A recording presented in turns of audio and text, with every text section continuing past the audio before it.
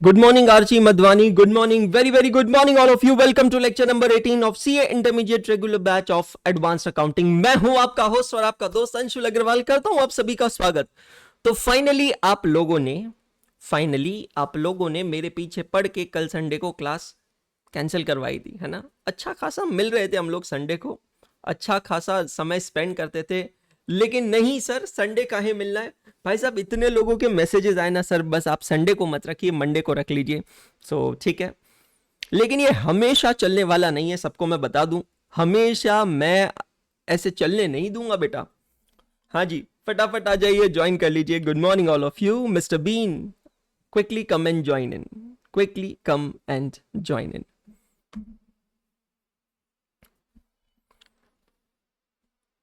Yup, so I just wait for another 1 minute for everyone to join. वो सभी बच्चे जो लाइव देख रहे हैं और वो सभी बच्चे जो बाद में रिकॉर्डेड देख रहे हैं, सबको मेरा प्रणाम और सबको मेरा सलाम।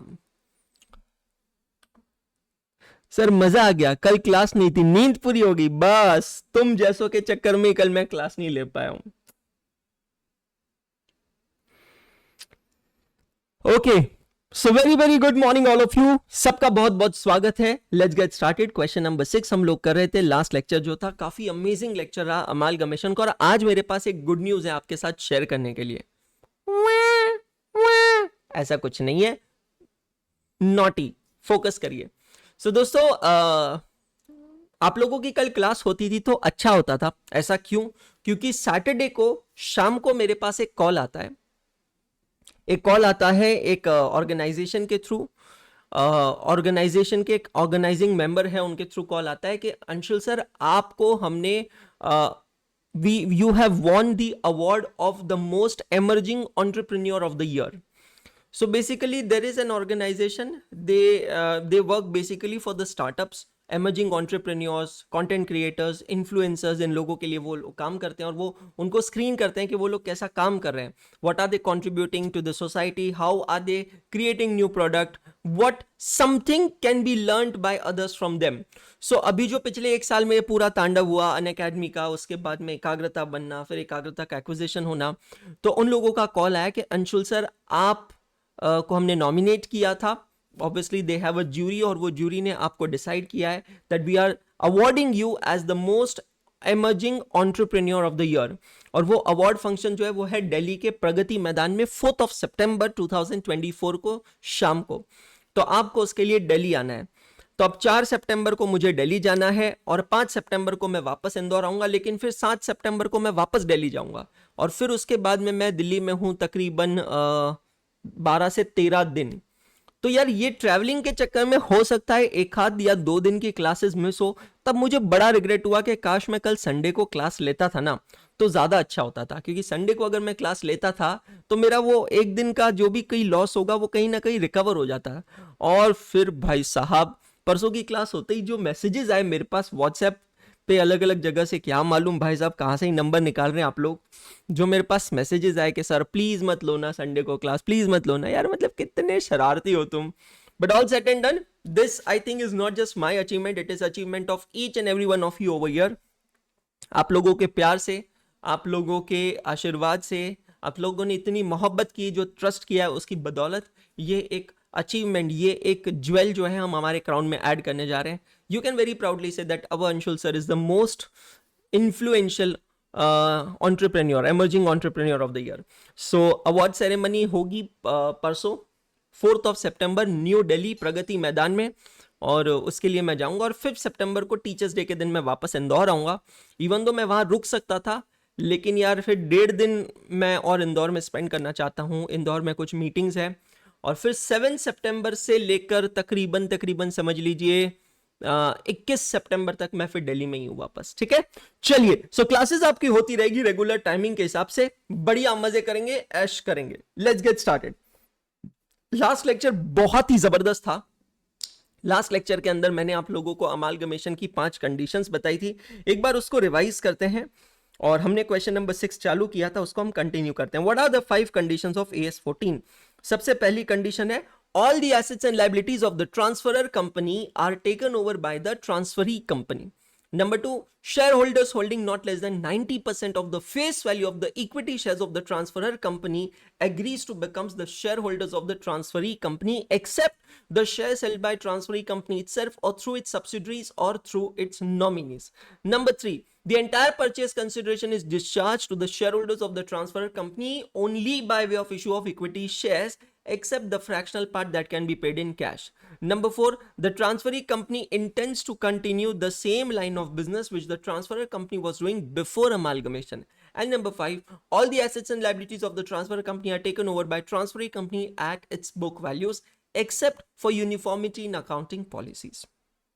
ये पांचों अकाउंटिंग स्टैंडर्ड 14 की पांचों कंडीशंस हम लोगों ने देखी है. इसका इंप्लीकेशन ये है दोस्तों, अगर पांचों कंडीशन सेटिस्फाई होती है तो वो बन जाता है amalgamation in the nature of merger, और हम लोग फॉलो करते हैं पूलिंग ऑफ इंटरेस्ट मेथड. लेकिन अगर पांचों में से कोई भी कंडीशन ब्रीच होती है तो ये बन जाएगा amalgamation in the nature of purchase. Important ध्यान रखना है, any of the 5 condition is breached it becomes amalgamation in the nature of purchase, और उस केस में जो मेथड फॉलो होगा वो होगा परचेस मेथड. हम लोगों ने यहां पर एग्जाम्पल लिया था अमन गुप्ता जी का. अमन गुप्ता जी से मुझे याद आया, परसों मैं अमन गुप्ता जी से ही मिलने वाला हूं. सो परसों जो ये अवार्ड सेरेमनी है इसके अंदर सारे शार्क्स रहने वाले हैं, सारे बड़े बड़े स्टार्टअप्स के फाउंडर्स रहने वाले हैं, और मुझे जहां तक पता चला है कि I am going to meet Aman Gupta only. So Aman Gupta ji जो कि बोर्ड के फाउंडर है, अगर वो हैमर नाम की कंपनी में इन्वेस्ट करते हैं जो कि एक कॉम्पिटिटिव राइवल कंपनी है, तो यहां पर ऑब्जेक्टिव पता है क्या है, टू ग्रो द बिजनेस, कि आप बिजनेस को ज्यादा से ज्यादा ग्रो करना चाहते हैं. लेकिन अगर अमन गुप्ता जी सपोज हैमर में ना इन्वेस्ट कर पीयूष बंसल जी अगर हैमर में इन्वेस्ट करते हैं, मतलब लेंसकार्ट वाले पीयूष बंसल जी, तो फिर यहां पर ऑब्जेक्टिव होगा इन्वेस्टमेंट, बिकॉज दोनों का जॉनर बिल्कुल अलग अलग है. तो ये पांचों कंडीशंस हमें देखनी है. जैसे कि हमने कहा था एग्जामिनेशन के अंदर नॉर्मली तो दिया होता है कि आपको कौन सी मेथड फॉलो करना है, बट अगर नहीं दिया है तो आप ये कंडीशंस अप्लाई करके देखेंगे कि कौन सा मेथड आपको फॉलो करना है.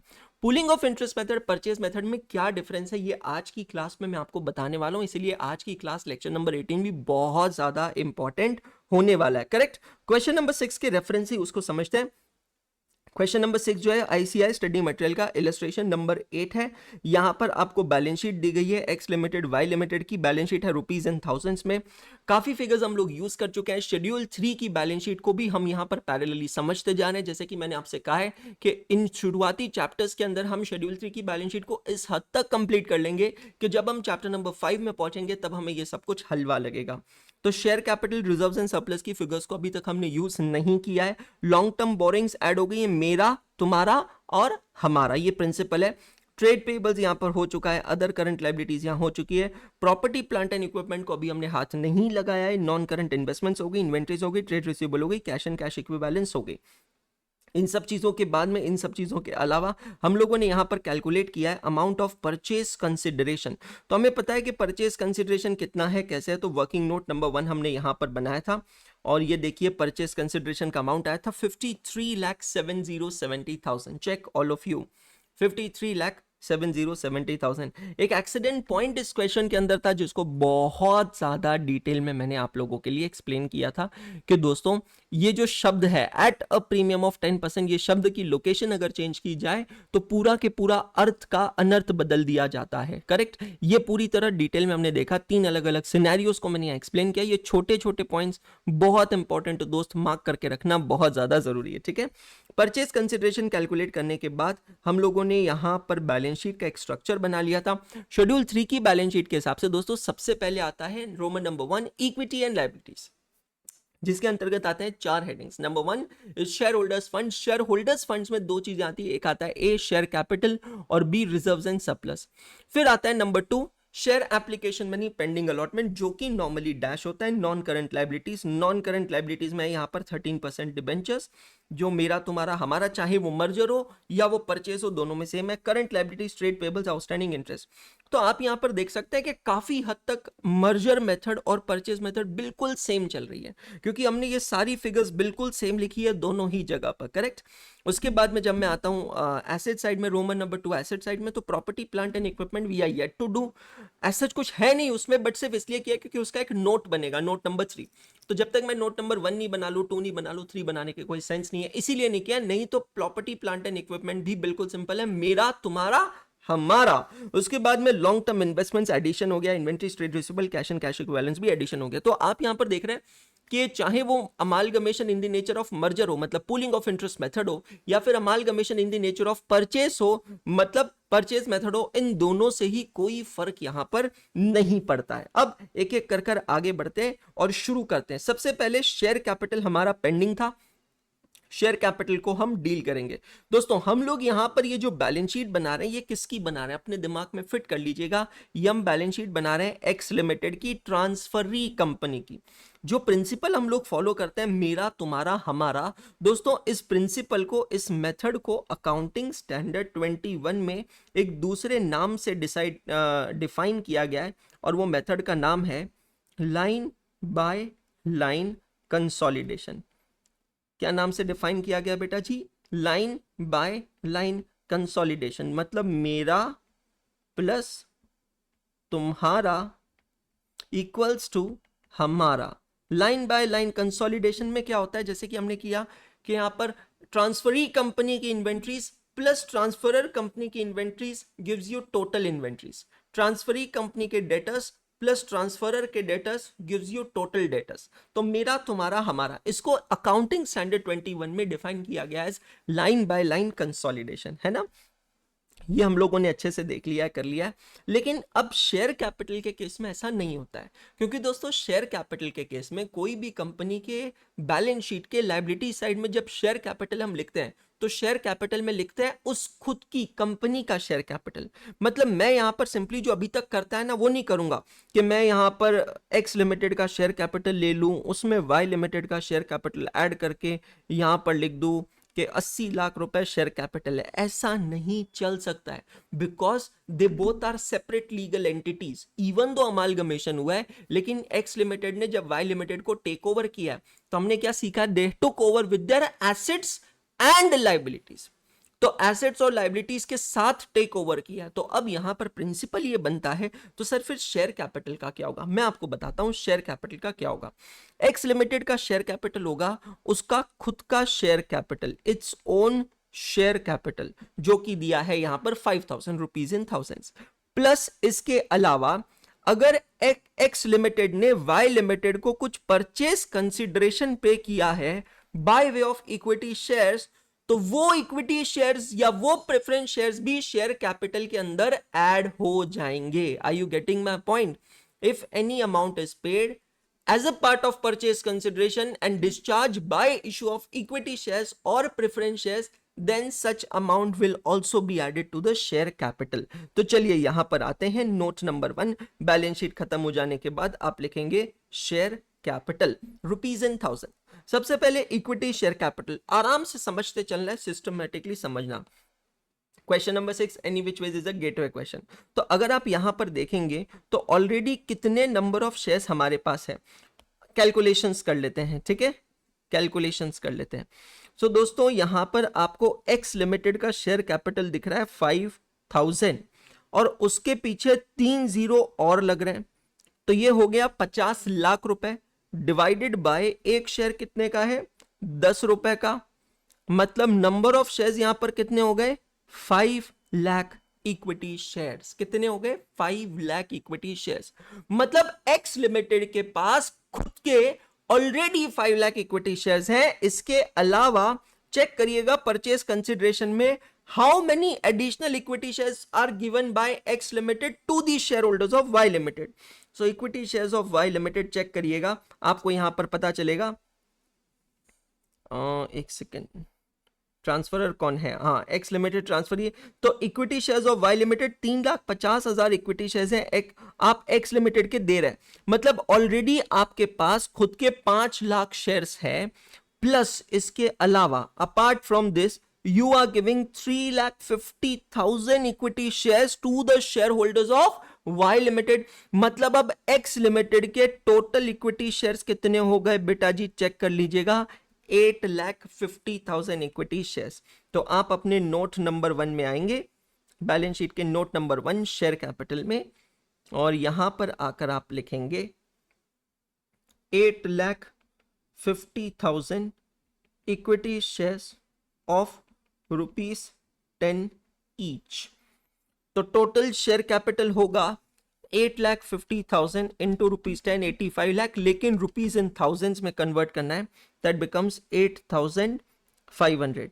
आप यहां चाहें तो ब्रैकेट में खुद के लिए जरूर लिखें, just for your self. How do you got this 8,50,000? तो आप यहां लिखेंगे own share capital 5 lakh equity shares. Exam में नहीं लिखना, ये सिर्फ आप खुद की अंडरस्टैंडिंग के लिए लिख रहे हैं, क्योंकि बाद में अगर समझ में नहीं आया कि 850 कैसे आया, plus purchase consideration to Y 3,50,000 equity shares, है ना। और ये 3,50,000 इक्विटी शेयर्स की फिगर कहां से आई है? वो जो परचेज कंसिडरेशन का वर्किंग नोट हमने बनाया ना, calculation of purchase consideration, check करिए, ये रहा वो 3,50,000 इक्विटी शेयर्स।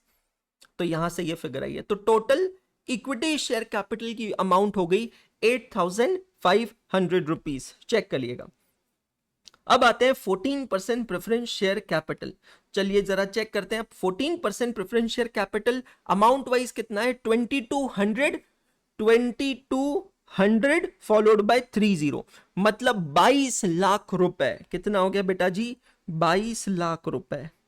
और ये 22 लाख रुपयों को मैं डिवाइड करता हूं 100 रुपीज से, तो यहां पर नंबर ऑफ प्रेफरेंस शेयर्स मिलेंगे 22,000, 14% प्रेफरेंस शेयर्स। कितने? 22,000, 1400 प्रेफरेंस शेयर्स। अब जरा परचेज कंसिडरेशन की वर्किंग नोट चेक करिए, वहां पर क्या किया था हम लोगों ने?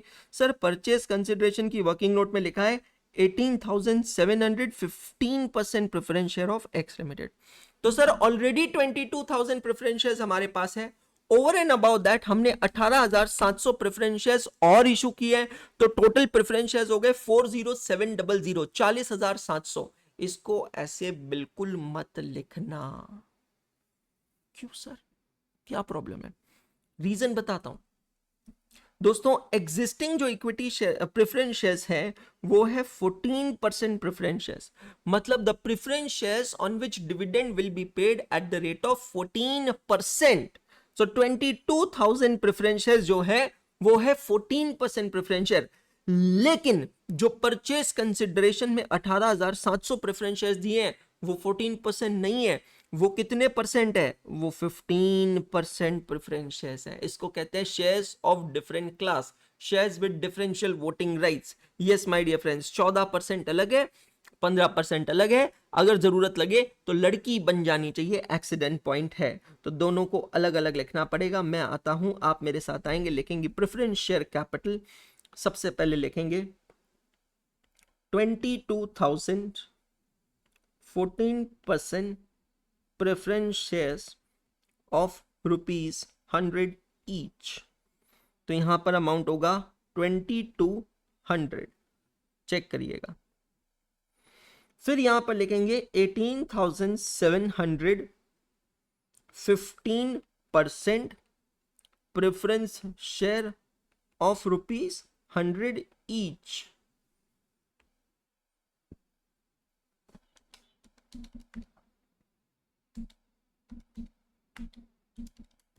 $1,870।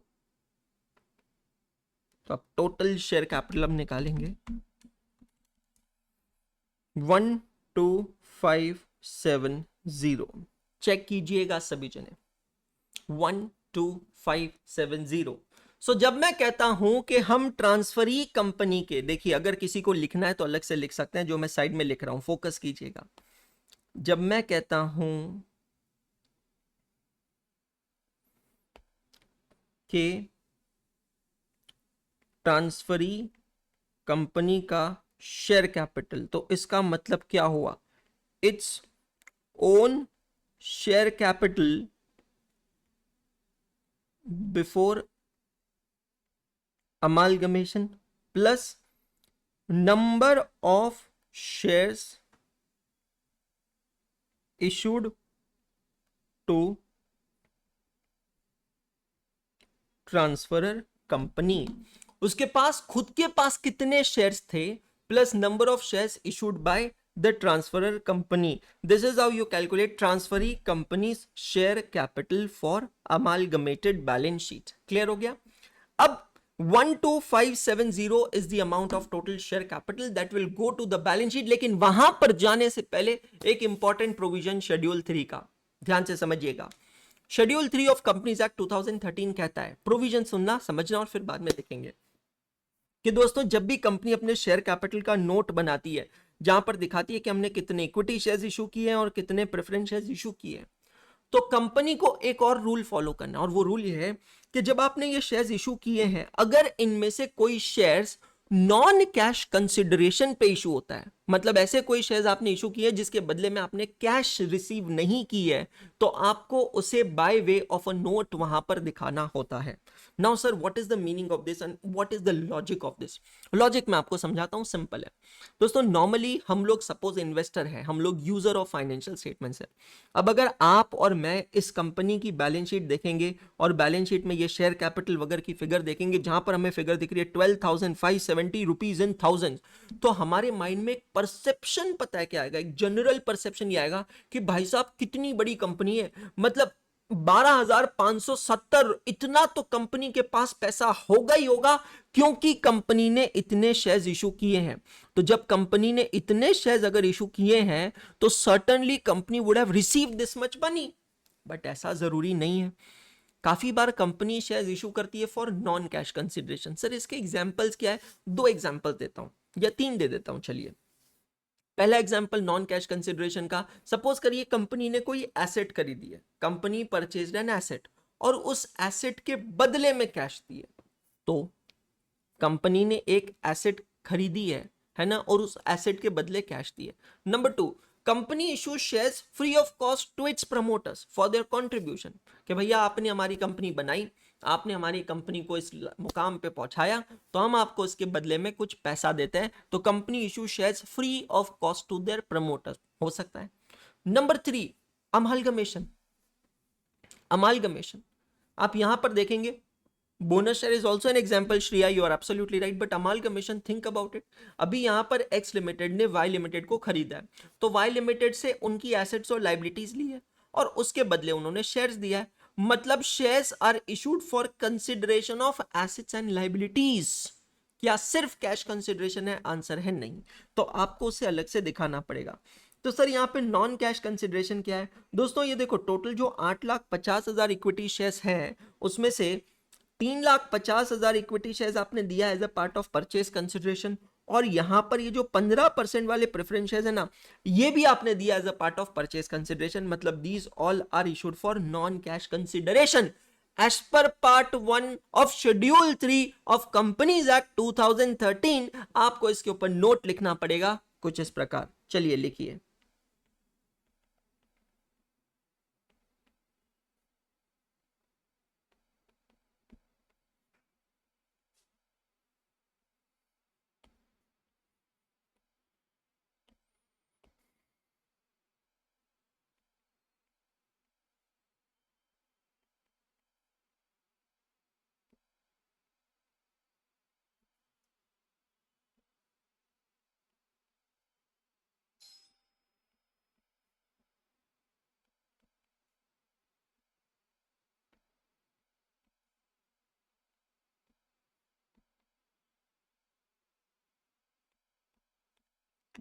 Out of above, 3,50,000 equity shares and 18,715% preference shares are issued for consideration other than cash। छोटा सा एक नोट लिखना है, दैट्स ऑल, ताकि यूजर ऑफ फाइनेंशियल स्टेटमेंट्स को पता चले कि जो टोटल ऊपर 8,50,000 इक्विटी शेयर्स दिख रहे हैं उसमें से 3,50,000 इक्विटी शेयर्स ऐसे हैं जिसके बदले कैश नहीं मिली है, और यहां पर जो दो टाइप के प्रेफरेंस शेयर्स दिख रहे हैं इनमें से कुछ प्रेफरेंस शेयर्स ऐसे हैं जिन पे हमें कैश रिसीव नहीं हुए, नॉन कैश कंसिडरेशन। तो जैसे कि दोस्तों मैंने आपसे कहा कि हर एक क्वेश्चन में जब जब भी हम शेड्यूल 3 की बैलेंस शीट बनाएंगे, कहीं ना कहीं हम कुछ एडिशनल प्रोविजंस सीखते चलेंगे।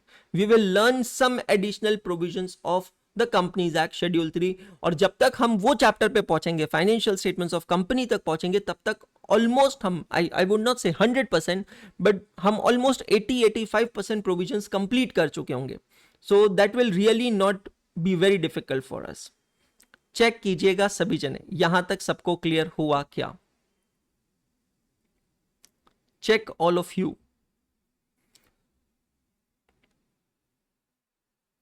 क्लियर? तो अब मैं ये फिगर जो है ना 12570 इसको लेकर चलता हूं बैलेंस शीट में, चाहे वो amalgamation in the nature of merger हो या फिर वो amalgamation in the nature of purchases हो, it will really not make any difference. It will really not make any difference. कोई भी टाइप का अमालगमेशन क्यों ना हो, उससे कहीं पे कोई भी फर्क नहीं पड़ेगा। It will not make any difference at all. Clear हुआ?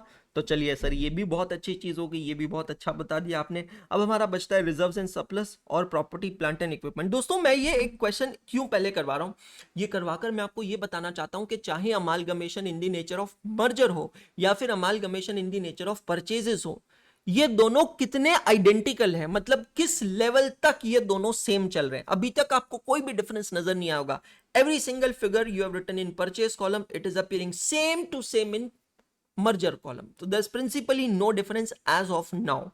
Now reserves and surplus is the only point जहां पर डिफरेंस होता है। आप एक काम करेंगे, नोट नंबर 1 आपने शेयर कैपिटल लिख लिया है, इसके बाद आप रिजर्व्स एंड सरप्लस हेडिंग लिखेंगे नोट नंबर 2, और यहां पे आप ब्लैंक छोड़ेंगे तकरीबन 10 लाइंस, 10 लाइंस ब्लैंक छोड़ दीजिए, ऐसा फॉर्मेट बना दीजिए।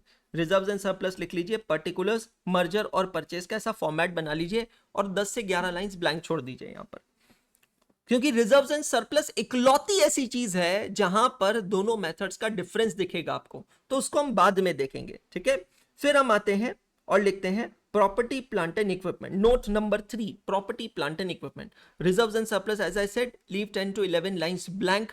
मैं वो सीक्वेंस नहीं तोड़ना चाहता हूं, नंबर 1 के बाद नंबर 2 फिर नंबर 3, ऐसा कोई हार्ड एंड फास्ट रूल नहीं है। हम 1 के बाद 3 भी बना सकते हैं और फिर 2 बना सकते हैं, but I don't want to break that sequence, इसलिए मैंने आपको वो ब्लैंक लाइन छुड़वा दी है। ठीक है, अब प्रॉपर्टी प्लांट एंड इक्विपमेंट बहुत सिंपल है यार। प्रॉपर्टी प्लांट एंड इक्विपमेंट मेरा, तुम्हारा, हमारा। लैंड एंड बिल्डिंग, ध्यान से पढ़ना, लैंड एंड बिल्डिंग कितनी है? लैंड एंड बिल्डिंग एक कंपनी की सर 2500 और दूसरे कंपनी की 1550। चलिए सिंपल ब्रैकेट में एडिशन करना है, 2500 प्लस 1550, मेरा, तुम्हारा, हमारा, टोटल कितना हुआ? 4050। चेक कीजिएगा, 4050। प्लांट एंड मशीनरी मेरा 3250, तुम्हारा 1700। 3250 प्लस 1700, 3250 प्लस 1700, हमारा 4950। मेरा, तुम्हारा, हमारा।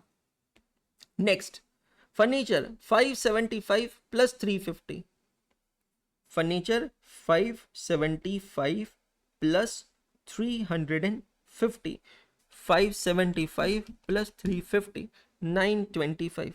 हाइला सर ये क्या है? बस यही है भाई, बेसिक क्वेश्चन है, इसलिए इसमें कुछ एडिशनल एडजस्टमेंट नहीं है। Total 9925। Check all of you, 9925। Check all of you, मेरा, तुम्हारा, हमारा। अब ये 9925 की फिगर जाएगी बैलेंस शीट के एसेट साइड में। अरे सर ये है क्या? अरे बेटा यही है 9925। अभी बैलेंस शीट की टोटल मत लेना, बिकॉज एक छोटी सी चीज बची है, हो सकती है। 9925 चेक कीजिएगा। Amalgamation in the nature of merger हो या फिर amalgamation in the nature of purchases हो, दोनों ही केस में fix assets, property, plant and equipment की टोटल होगी 9925। तो दोस्तों अब पूरा क्वेश्चन हमारा हो चुका है सिवाय रिजर्व्स एंड सरप्लस के। बस वो ही एक चीज है जो हमें देखना है, जो हमें लिखना है, और यहीं पर होगा चेंज, सिर्फ और सिर्फ यहीं पर होगा चेंज। रिजर्व्स एंड सरप्लस बताने से पहले मैं चाहूंगा आप एक बार आए अपने रजिस्टर्स में, जहां पर आपने ये डिफरेंस बिटवीन लिखा है, इसको देखते हैं, पढ़ते हैं, समझते हैं, और फिर रिजर्व्स एंड सरप्लस को सॉल्व करते हैं। दोनों मेथड्स में डिफरेंस बिटवीन मैंने एक आप लोगों के लिए बनाया, क्या है समझिएगा। अगर amalgamation in the nature of merger होता है तो क्या बन जाएगा, pooling of interest method follow करेंगे, और अगर कोई भी पांचों में से कंडीशन वायलेट होती है तो वो बन जाएगा amalgamation in the nature of purchases, उस केस में होगा परचेज मेथड फॉलो। ठीक है, now this method of accounting is followed in case of amalgamation in the nature of merger, and this method is followed in case of amalgamation in the nature of purchases. Transferee company takes over all the assets and liabilities at its book value. Merger के case में क्या होगा, transferee company will take over all the assets and liabilities and they will be taking over at book value. आपको पता है तो ये तो कंडीशन ही है, पहली कंडीशन है take over all the assets and liabilities, और पांचवी कंडीशन क्या है, take at its book value. अगर ये दोनों नहीं होता है तो ये मर्जर रहेगा ही नहीं, ये बन जाएगा परचेजेस।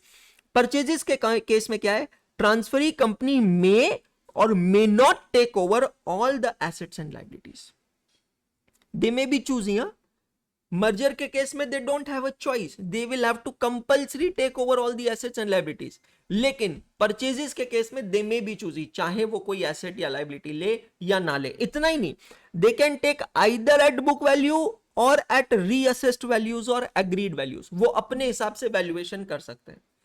भैया प्लांट एंड मशीनरी दिख रहा है अगर सपोज 1200 में, तो मर्जर के केस में 1200 पे ही ले जाना पड़ेगा, लेकिन परचेजेस के केस में यू में रीअसेस कि नहीं, प्लांट एंड मशीनरी की वैल्यू हमारे हिसाब से कम है, we are going to take at 1100 not 1200। तो अगर आपने उसकी वैल्यू को रीअसेस किया है, कम किया है, तो फिर वो बन जाएगा परचेज मेथड। ठीक है, NATO, net assets taken over, what is the full form of NATO, लिख लीजिएगा वहां पर, नेट एसेट्स टेकन ओवर। तो ट्रांसफरी कंपनी को, ट्रांसफरर कंपनी से जो भी एसेट्स और लायबिलिटीज मिलती है उसकी हम नेट एसेट्स कैलकुलेट करते हैं। नेट एसेट्स का मतलब है एसेट्स माइनस लायबिलिटीज। लेकिन अगर आप हैं मर्जर में, अमालगमेशन हो रहा है मर्जर का, मतलब पूलिंग ऑफ इंटरेस्ट मेथड, तो नाटो का फॉर्मूला है assets minus liabilities minus reserves. लेकिन परचेज के केस में नाटो का फॉर्मूला होता है assets minus liabilities. In merger transferee company takes over all the reserves of the transferor company. What is the meaning of reserves, accumulated profits, जमा किया हुआ profit, पुराने सालों में जो भी पैसा कंपनी ने कमाया है वो पैसे को जो कंपनी ने बचा कर रखा है उसको कहते हैं रिजर्व, उसको कहते हैं एक्यूमुलेटेड प्रॉफिट।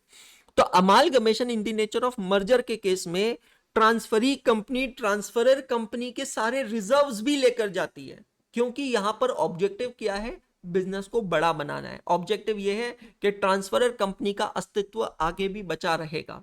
लेकिन परचेज मेथड के केस में ऐसा नहीं होता है। Amalgamation in the nature of purchase के केस में ऐसा नहीं होता है। Transferee company do not take over any reserves of the transferor company. Transferee company transferor company के कोई भी रिजर्व्स को लेकर नहीं जाती है except the statutory reserves. What is the meaning of statutory reserves, those reserves which are required to be taken by law. कुछ कानून है, वो कानून के तहत अगर कोई रिजर्व बनाया गया है तो उसको कहते हैं स्टैट्यूटरी रिजर्व। तो चाहे amalgamation in the nature of merger हो या परचेज हो, स्टैट्यूटरी रिजर्व्स आपको दोनों ही केसेस में टेक ओवर करना ही पड़ेगा, आपके पास कोई चॉइस नहीं है। फिर से समझना, इन case of pooling of interest method तो आपको सारे रिजर्व्स लेके जाने हैं, चाहे वो रिजर्व्स स्टैट्यूटरी रिजर्व्स हो या नॉन स्टैट्यूटरी रिजर्व्स हो, वहां तो कोई पंगा है ही नहीं। लेकिन परचेज मेथड के केस में आप कभी कोई रिजर्व्स लेकर नहीं जाते सिवाय स्टैट्यूटरी रिजर्व्स के। और जब आप स्टैट्यूटरी रिजर्व्स ले जाते हैं तो आपको एक अलग से जर्नल एंट्री पास करनी होती है। एंट्री देखिएगा क्योंकि अभी इसका इस्तेमाल करने वाले हम लोग, amalgamation adjustment account debit to statutory reserves account credit, amalgamation adjustment account debit to statutory reserves account credit. फिर नेक्स्ट पॉइंट, हम लोग दोस्तों सिंपल सी चीज करते हैं, हमने क्या दिया है मतलब परचेज कंसिडरेशन, और हमें उसके बदले क्या मिला है मतलब नाटो, इन दोनों का कंपैरिजन करते हैं। तो पूलिंग ऑफ इंटरेस्ट मेथड में अगर परचेज कंसिडरेशन मतलब जो हमने दिया है it is greater than NATO जो हमें मिला है, तो जो एक्स्ट्रा अमाउंट हमने पे किया है ना उसको हम डेबिट करते हैं रिजर्व्स में। लेकिन जो हमने दिया है purchase consideration is lesser than NATO, lesser than net assets taken over, तो मेरा तो फायदा हुआ है, तो उसको हम क्रेडिट करते हैं रिजर्व्स अकाउंट में। इसी पॉइंट को थोड़ा डिटेल में हम समझेंगे, थोड़ा सा रुक जाइएगा, थोड़ा सा पेशेंस रखिएगा, इसके ऊपर पूरा मुझे आपको राइट अप लिखवाना है। Whereas in case of purchase method, हम लोग परचेस कंसिडरेशन और नाटो को कंपेयर करते हैं। दोस्तों ये बहुत नॉर्मल है, बहुत लॉजिकल है। अब मार्केट में एज अ कस्टमर कुछ खरीदने भी जाते हैं, जब भी कुछ खरीदने जाते हैं तो आप दो चीजों का कंपैरिजन करते हैं, आपने क्या दिया है और आपको उसके बदले क्या मिला है। तो आपने जो दिया है, जो पे किया है, आपने मतलब ट्रांसफरी कंपनी ने जो पे किया है उसको कहते हैं परचेस कंसिडरेशन। लेकिन ट्रांसफरी कंपनी को उसके बदले क्या मिलता है ट्रांसफरर से, उसकी नेट असेट्स, जिसको हम कहते हैं NATO, net asset taken over. तो हम लोग इन दोनों का कंपैरिजन करते हैं। अगर मैंने ज्यादा दिया है, if purchase consideration is more than NATO, जितना मुझे मिला है उससे ज्यादा मैंने दिया है, तो डेफिनेटली मेरा नुकसान हुआ है।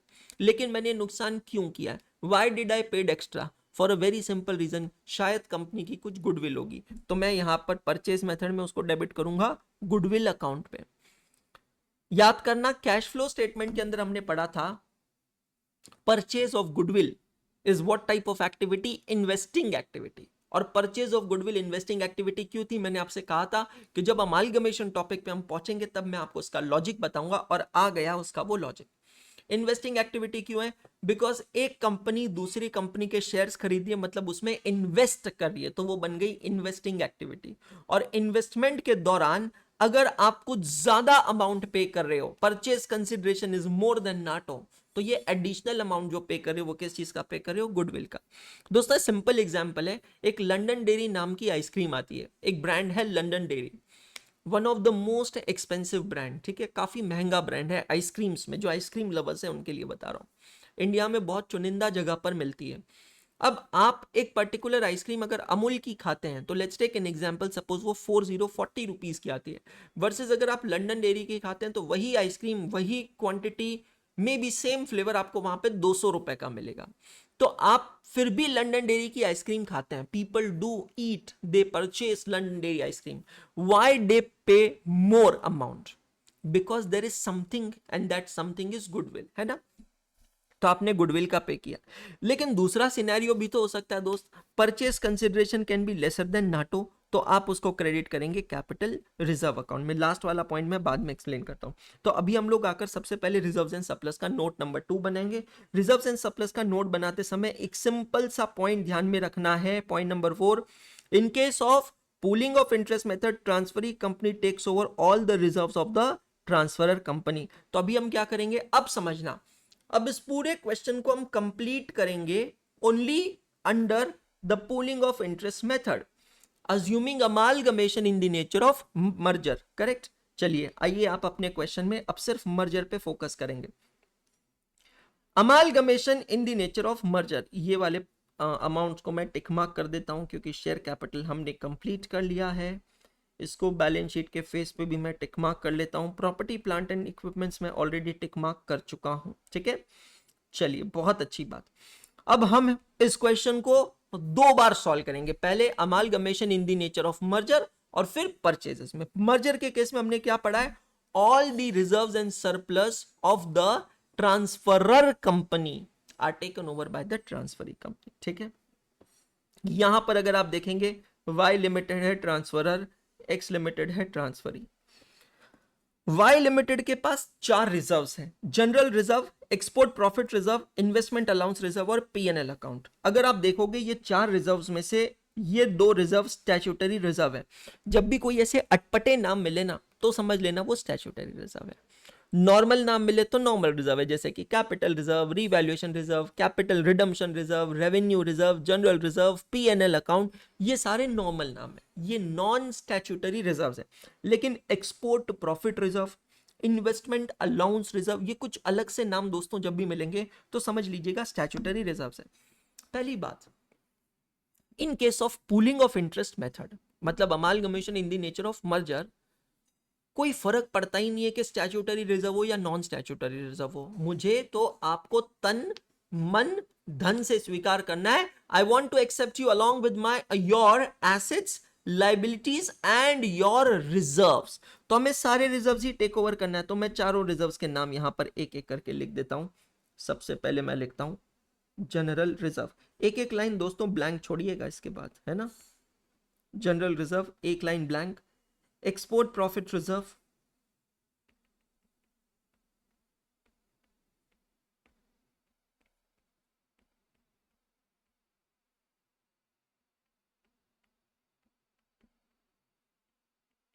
Investment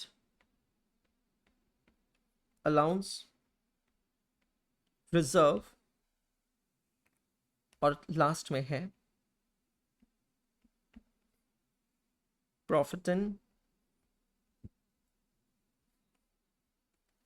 loss account. मेरा, तुम्हारा, हमारा। अब कैलकुलेशंस दिखाते हैं। एक्स लिमिटेड के खुद के जनरल रिजर्व्स हैं 500, वाई लिमिटेड के हैं 250। तो यहां मैं ब्रैकेट बनाता हूं, ब्रैकेट में लिखता हूं 500 प्लस 250, दैट बिकम्स 750। बहुत ही प्लेन है, बहुत ही सिंपल है। एक्सपोर्ट प्रॉफिट रिजर्व्स एक्स के हैं 300, वाई के हैं 200।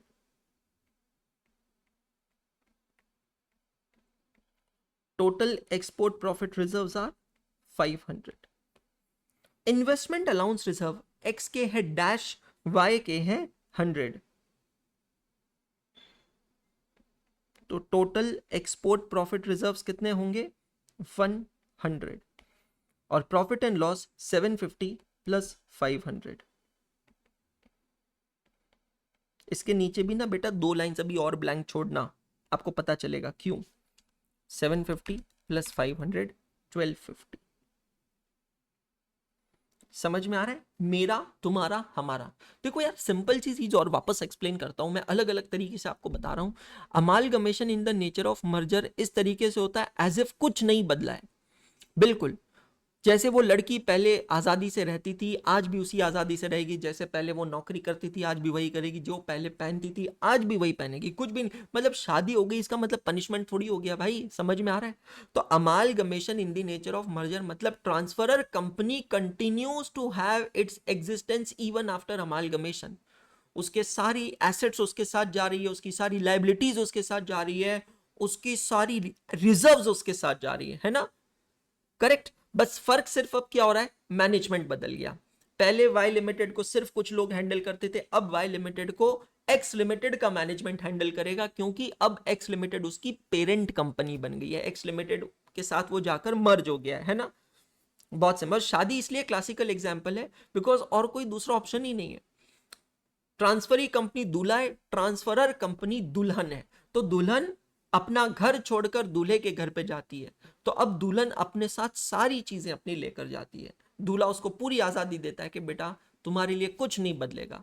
दूल्हे के घर वाले कहते हैं कि तू हमारी बहू नहीं बेटी बनकर आएगी, तो you will not miss your father, you will not miss your mother, you will not miss your family.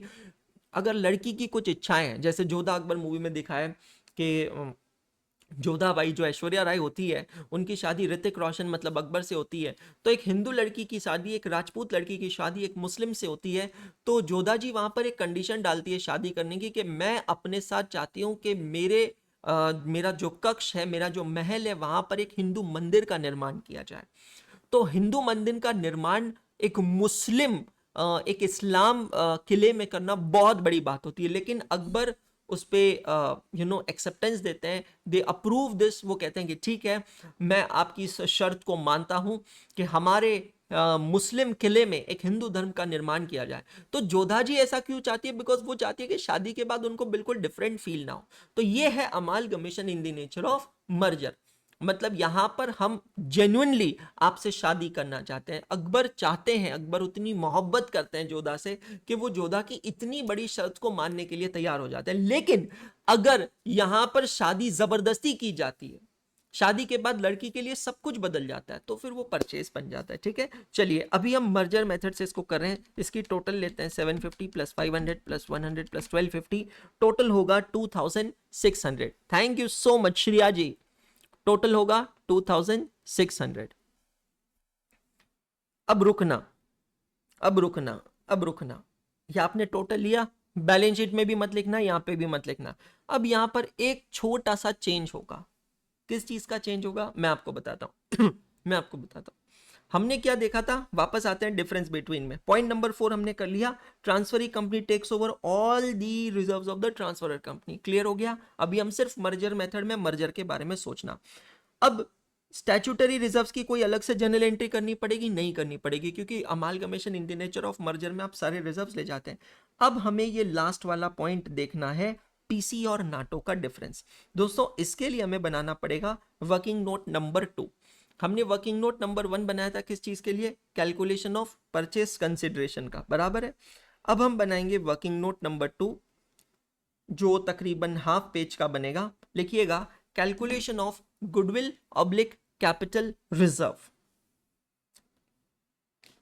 Calculation of goodwill oblique capital reserve, working note number 2। बहुत इंपॉर्टेंट वर्किंग नोट है ये।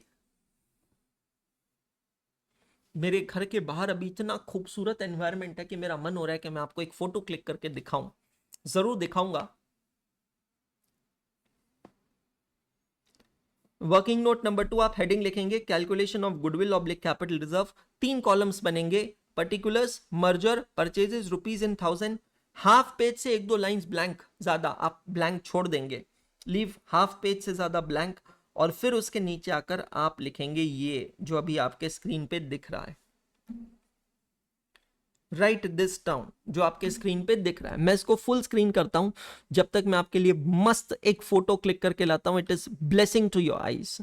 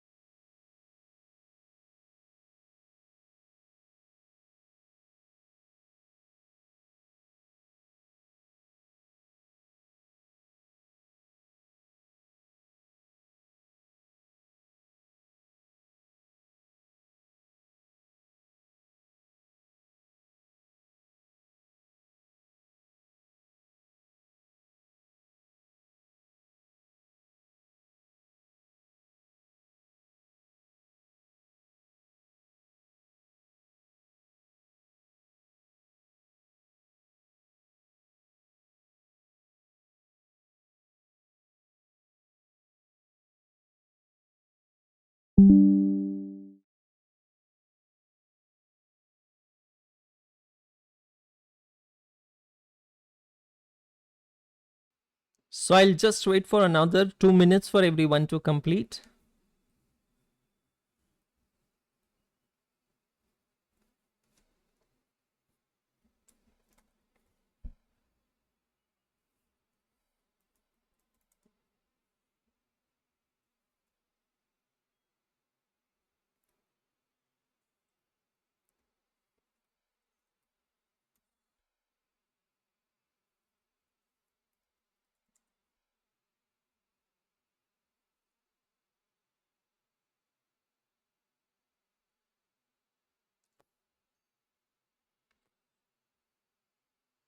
Done all of you?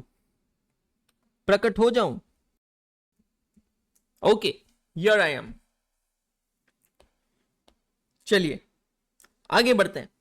जो मैंने आपको सिखाया है, जो समझाया, उसी को मैंने लिखवाया है. वापस एक बार समझाता हूं, फिर वापस सॉल्व करेंगे उसको. ठीक है सर, बाहर का नजारा दिखाइए. पहले ये कर लेते हैं, फिर नजारे देखेंगे. एनएसपी करने के लिए बड़े उतावले हो रहे हो. परचेज कंसिडरेशन मतलब ट्रांसफरी कंपनी ने क्या दिया है, और नाटो मतलब ट्रांसफरी कंपनी को क्या मिला है. हम इन दोनों को कंपेयर करते हैं. If PC equals to NATO, इसका मतलब है आपने कुछ भी एक्स्ट्रा पे नहीं किया है, तो कोई गेन नहीं है, कोई लॉस नहीं है आपका. If PC is greater than NATO, मतलब ट्रांसफरी कंपनी ने ज्यादा दिया है as compare to what they have gained, तो जो एक्स्ट्रा अमाउंट आपने पे किया है, इट इज अ लॉस और an expenditure for the transferee company. जो टेक्निकली क्यों दिया आपने, बिकॉज ऑफ द गुडविल. लेकिन जो आपने पे किया है वो कम पे किया, मतलब सस्ता मिला है आपको, ट्रांसफरर कंपनी सस्ते में मिली है, तो आपने लेस अमाउंट जो पे किया वो आपका गेन है. It will be credited to capital reserve account. अब दोस्तों इसका ट्रीटमेंट क्या होगा, ट्रीटमेंट डिपेंड करता है मेथड पे. If it's an amalgamation in the nature of merger, तो चाहे पीसी ग्रेटर देन नाटो या पीसी लेसर देन नाटो, उसको हम डेबिट या क्रेडिट कहां पर जाकर करेंगे, रिजर्व्स में जाकर डेबिट या क्रेडिट करते हैं. वहां पर गुडविल क्रिएट नहीं करते हैं. तो if PC is greater than NATO, we debit to reserves account. If PC is lesser than NATO, we credit to reserves account. Is this clear to all of you? चलिए अब हम हमारी working note में आते हैं. Purchase consideration. Purchase consideration की figure कहां से मिलेगी, वर्किंग नोट नंबर 1 से. 53,70,000 रुपीज इन थाउजेंड्स लिखता हूं मैं, तो ये होगा 5370. चेक कीजिएगा, purchase consideration is 5370. NATO net assets taken over. अब NATO in case of merger formula लिख लीजिएगा. क्या देखा था हमने, assets minus liability minus reserves. What is the formula of NATO in case of merger, it is assets minus liabilities minus reserves, है ना. चलिए अब एसेट्स क्या है, टोटल ले लेते हैं एसेट्स की. क्योंकि यहां पर कोई भी एसेट को रीवैल्यू किया नहीं जा रहा है ना दोस्तों, इसलिए मैं टोटल ले सकता हूं एज इट इज 9,900. नहीं सर, 9,900 तो ट्रांसफरी का है, ट्रांसफरर का लेना है 6,600. परचेज कंसिडरेशन कौन पे कर रहा है, एक्स लिमिटेड वाई को, तो नाटो वाई का निकालना पड़ेगा ना, कि वाई से आप उसके बदले में कितने की एसेट्स और लाइबिलिटीज ले रहे हैं. तो 6,600 की तो टोटल एसेट्स है. Can you check this figure all of you. Asset side, balance sheet की एसेट साइड, वाई लिमिटेड की टोटल एसेट 6,600. अब इसमें से हमको क्या क्या माइनस करना है, all the liabilities and all the reserves. चलिए लाइबिलिटीज में आपके पास क्या है, आउटस्टैंडिंग इंटरेस्ट 150, और उसके बाद में है ट्रेड पेबल्स 350. आउटस्टैंडिंग 150,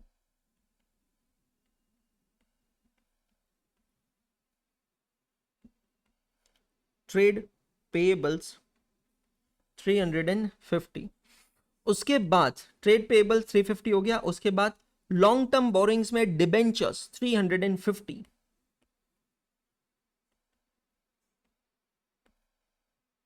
और फिर उसके बाद में हम माइनस करेंगे सारे के सारे रिजर्व्स एंड सरप्लस. कितने हैं total reserves and surplus, check कीजिएगा, 1050.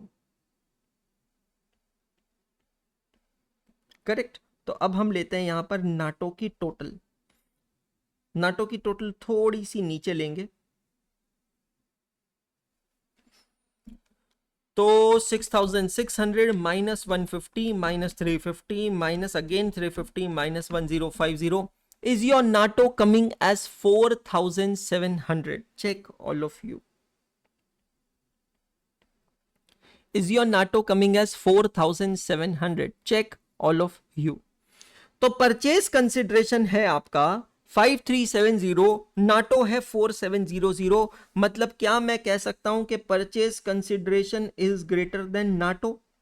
और कितने से ग्रेटर है चेक करिएगा, 670 से ग्रेटर है। Purchase consideration is greater by 670 from NATO. और अब इसका ट्रीटमेंट करना है। AS14 ने ट्रीटमेंट क्या कहा है कि if PC is greater than NATO तो हम इसको डेबिट करेंगे कहां पर? रिजर्व्स अकाउंट में। ट्रांसफरी कंपनी ने जो एक्स्ट्रा अमाउंट पे किया है, जो उसका घाटा हुआ है, नुकसान हुआ है, वो हम कहां से डिडक्ट करेंगे? हमारे रिजर्व्स में से डिडक्ट करेंगे, क्योंकि हमारा नुकसान हुआ है ना, हमने एक्स्ट्रा अमाउंट पे किया है। तो 670 को हम लोग डिडक्ट करेंगे हमारे रिजर्व से, जो कि है हमारा note number 2, reserves and surplus. तो बेटा जी रिजर्व्स एंड सरप्लस में जहां पर ये जनरल रिजर्व आपने लिखा है, उसमें से माइनस करेंगे 670।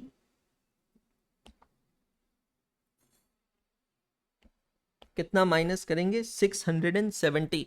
तो जनरल रिजर्व एक्स लिमिटेड का खुद का है 500 प्लस वाई लिमिटेड से मिला है 250, वैसे तो होता था 750, लेकिन उसमें से 670 माइनस करेंगे। और ये 670 किस चीज का है? It is from working note number 2। तो नेट रिजर्व्स अब आपके बचे 8080।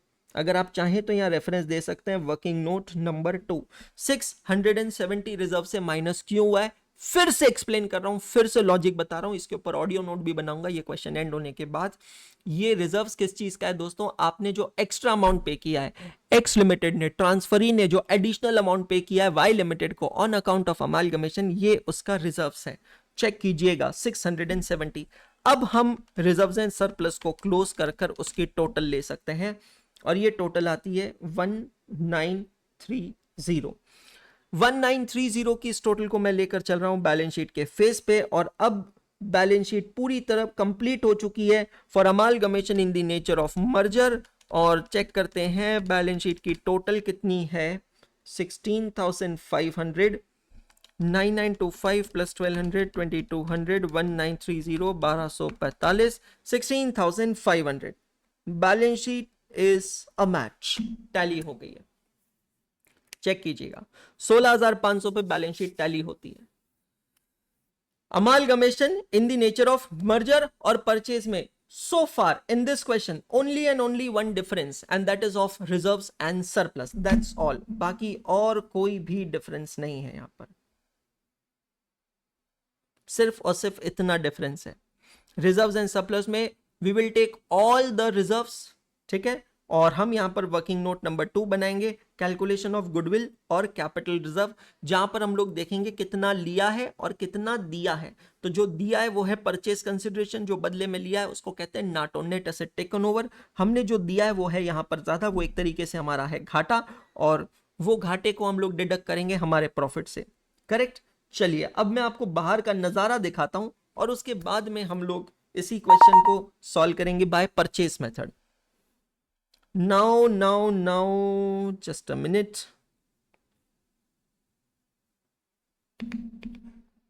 भाई ये स्क्रीन पे जो गेम्स दिख रहे हैं ना, मेरे को ब्लेम मत करना, ये सब विवान के काम है। विवान और स्वाति मैम के गेम्स है, ये मेरे नहीं है ना, मुझे ब्लेम मत करना। नहीं के बोलोगे सर बैठ के गेम्स खेलते हो, नहीं मेरा कुछ उसमें रोल नहीं है भाई।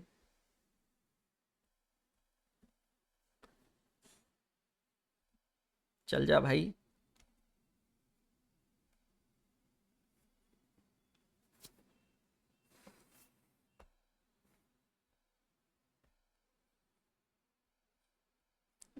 तो अभी जस्ट जब आप वो पीसी नाटो का डिफरेंस लिख रहे थे, ये है बाहर का नजारा। This is what the view from my studio room right now. मैं भी जहां बैठा हूं उसके एग्जैक्टली राइट साइड में ये व्यू है। ये 2 फोटोग्राफ्स मैं क्लिक करके लेके आऊं आप लोगों के लिए।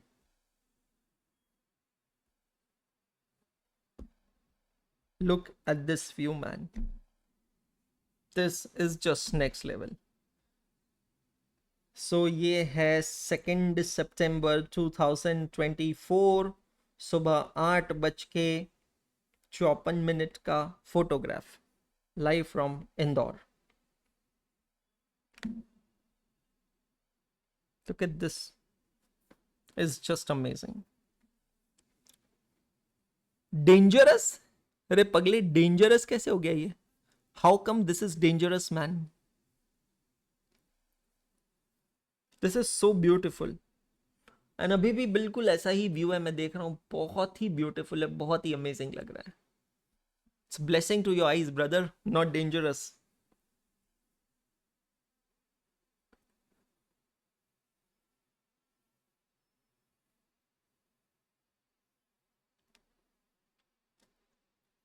चले आगे बढ़े. होफ. अब वो तो आप लगाइए 5 कंडीशंस श्रेया, और आप खुद डिसाइड कीजिए. अच्छा ये अभी का है, मैं आपको कल सुबह का फोटो दिखाता हूं. Yesterday morning I clicked one picture, वो और ये बिल्कुल अलग है. ठीक है, कल सुबह का मैं आपको एक फोटोग्राफ दिखाता हूं, मेरी ही बालकनी से लिया हुआ कल सुबह का फोटोग्राफ. ये तो आज का हो गया, और अब कल का. This was taken yesterday Sunday morning.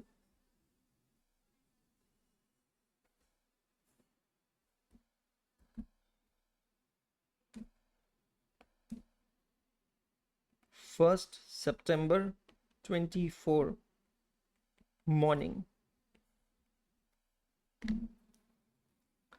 So कितना डिफरेंस है ना.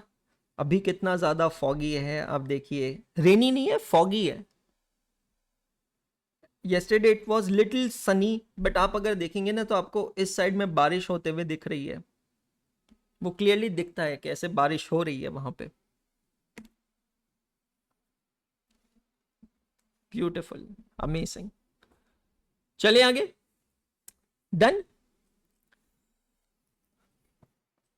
ओके. सो अब हम लोग आगे बढ़ते हैं और amalgamation in the nature of purchase करते हैं. ठीक है, amalgamation in the nature of purchase में पॉइंट नंबर 4 एक बार पढ़ लेते हैं. डिफरेंस बिटवीन का क्या लिखा है पॉइंट नंबर 4 में? Transferee company do not take over any reserves of the transfer company except the statutory reserves.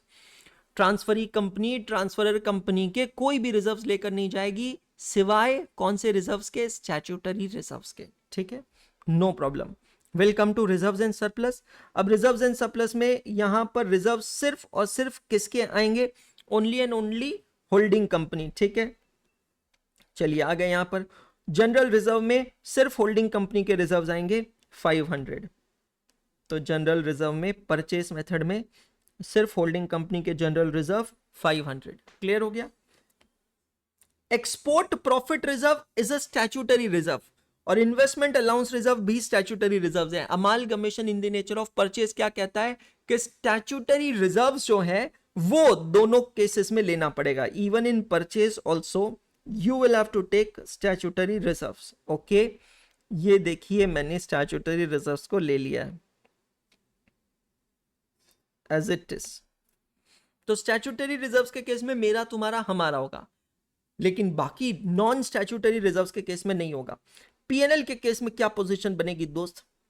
PNL के केस में हम सिर्फ और सिर्फ लेंगे 750, वो भी सिर्फ किसका? Only and only of x limited. आप चाहें तो नीचे ब्रैकेट में लिख सकते हैं only x limited, only x limited. Clear. अब यहां पर नीचे आपके पास 2 से 3 लाइंस ब्लैंक होनी चाहिए, उतनी जगह मुझे चाहिए. अभी मेरे खुद के पास नहीं है, बना लेता हूं मैं उतनी जगह. दिल में हो या सॉल्यूशन में हो, जगह तो हम बना ही लेते हैं.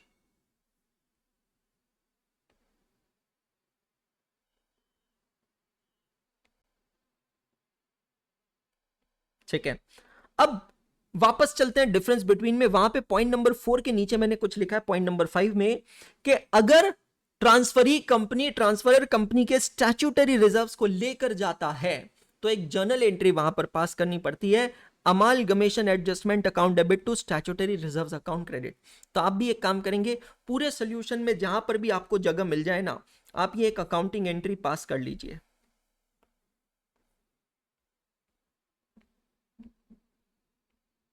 अमालगमेशन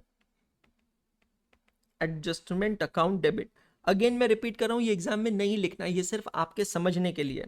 टू, दो स्टैट्यूटरी रिजर्व्स है, export profit reserve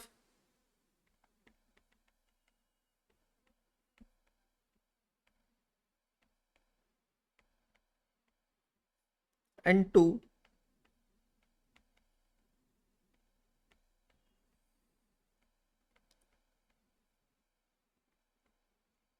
investment allowance reserve. Export profit reserve है 200, इन्वेस्टमेंट अलाउंस रिजर्व है 100, 200 100। तो स्टैट्यूटरी रिजर्व्स में डेबिट कितना होगा? 300। अब ये सवाल आएगा दिमाग में कि सर आखिर, चलिए सर इन दोनों का तो हमें पता है, ये दोनों दिखेंगे बैलेंस शीट के अंदर रिजर्व्स एंड सरप्लस में, लेकिन सर एक बात बताइए, ये अमालगमेशन एडजस्टमेंट अकाउंट जो डेबिट हो रहा है, इसको हम लोग हमारे फाइनेंशियल स्टेटमेंट्स में कहां पर दिखाएंगे? बैलेंस शीट के अंदर इसको हम लोग कहां पर दिखाएंगे? दोस्तों ये भी दिखेगा बैलेंस शीट के अंदर रिजर्व्स एंड सरप्लस में, पर क्योंकि ये डेबिट हो रहा है और क्योंकि इसका डेबिट बैलेंस है, इसीलिए ये कैसे दिखेगा? नेगेटिव फिगर के तौर पे दिखेगा। समझ में आ रहा है? नॉर्मली रिजर्व्स एंड सरप्लस का क्रेडिट बैलेंस होता है, लेकिन यहां पर अमालगमेशन एडजस्टमेंट अकाउंट डेबिट हो रहा है, तो क्योंकि वो डेबिट हो रहा है तो हम उसको नेगेटिव फॉर्म में दिखाएंगे। तो आप रिजर्व्स एंड सरप्लस में ही आएंगे, यहां पर लिखेंगे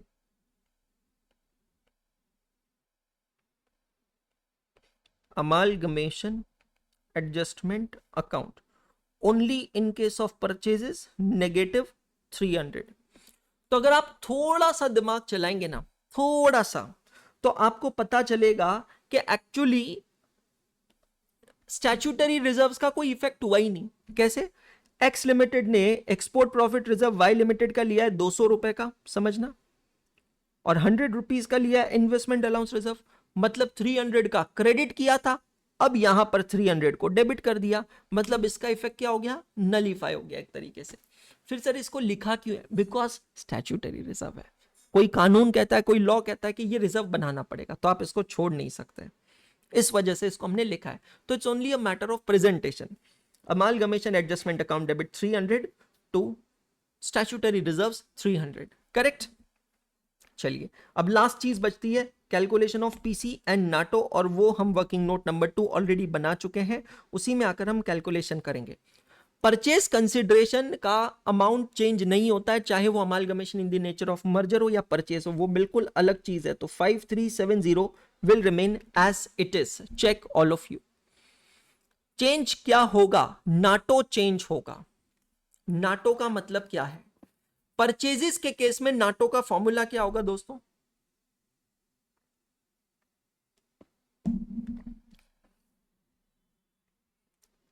assets minus liabilities. What will be the formula of NATO? Assets minus liabilities. This will be the formula of NATO. ठीक है sir. What are the total assets? Again sir, no change, 6,600. We will write down as it is 6,600. Liabilities में सिर्फ outsider liabilities लेनी है, reserves नहीं लेना है। तो 150 का आउटस्टैंडिंग इंटरेस्ट, ट्रेड पेबल्स 350 के और डिबेंचर्स भी 350 के। रिजर्व्स को कंसिडर नहीं करना है सर, स्टैट्यूटरी रिजर्व्स उसको भी कंसिडर नहीं करना है, वो सिर्फ एक अकाउंटिंग एंट्री के लिए है। इस परचेज कंसिडरेशन के डेफिनेशन में, नाटो के डेफिनेशन में वो नहीं आता है। नाटो का मैंने फॉर्मूला लिखवाया भी है, ए माइनस एल। तो 6,600 minus 350 minus 350 minus 150 is it coming to 5750। Check all of you. तो दोस्तों यहां पर पीसी है 5370 और नाटो है 5750। क्या मैं कह सकता हूं, can I say that over here purchase consideration is less than NATO, और I should say NATO is greater than PC? अगर आप चाहें तो वो डिफरेंस बिटवीन का टेबल वापस रेफर कर सकते हैं, क्या लिखवाया था मैंने, नहीं तो यहां पर भी लिखा है amalgamation in the nature of purchase में, if purchase consideration is lesser than NATO और NATO is greater than goodwill, तो हम क्रेडिट करते हैं कैपिटल रिजर्व में। तो इसका ट्रीटमेंट यहां पर लिखेंगे, credit to capital reserve account. Check all of you, credit to capital reserve account, check all of you. हम चलते हैं रिजर्व्स एंड सरप्लस में, और यहां पर एक लास्ट रिजर्व ऐड हो जाएगा जिसका नाम है कैपिटल रिजर्व। मैं इसका रेफरेंस दे देता हूं ब्रैकेट में, वर्किंग नोट नंबर 2, और 380 रुपए का क्रेडिट बैलेंस है, मतलब पॉजिटिव फिगर आएगा। Now that's all, I will take total of reserves and surplus, and which also comes to 1930, which also comes to 1930। अब यही फिगर को मैं लेकर चलता हूं on the face of the balance sheet as 1930। बाकी सारी फिगर सेम है दोस्तों, तो बैलेंस शीट को तो टैली होना ही पड़ेगा 16,500 पे। Balance sheet will have to tally, has to tally 16,500। इसी कंसेप्ट पे क्वेश्चन और करेंगे, उसके बाद में मैं आपके लिए ऑडियो नोट बनाता हूं, तो फिर आपको समझने में काफी आसानी होगी, इसी सेम कंसेप्ट पे।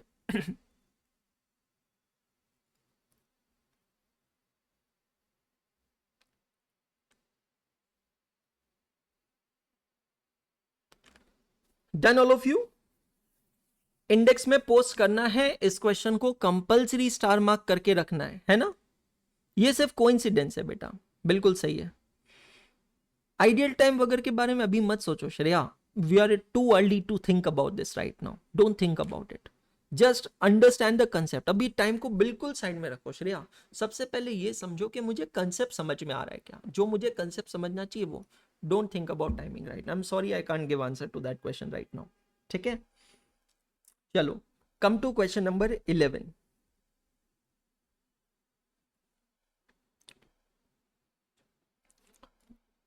Question number 11. Write down reference over here, L18, lecture number 18. Question number 11. Fresh page of your register.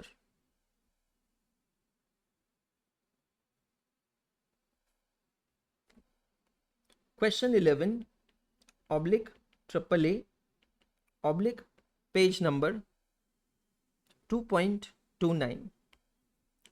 2.29.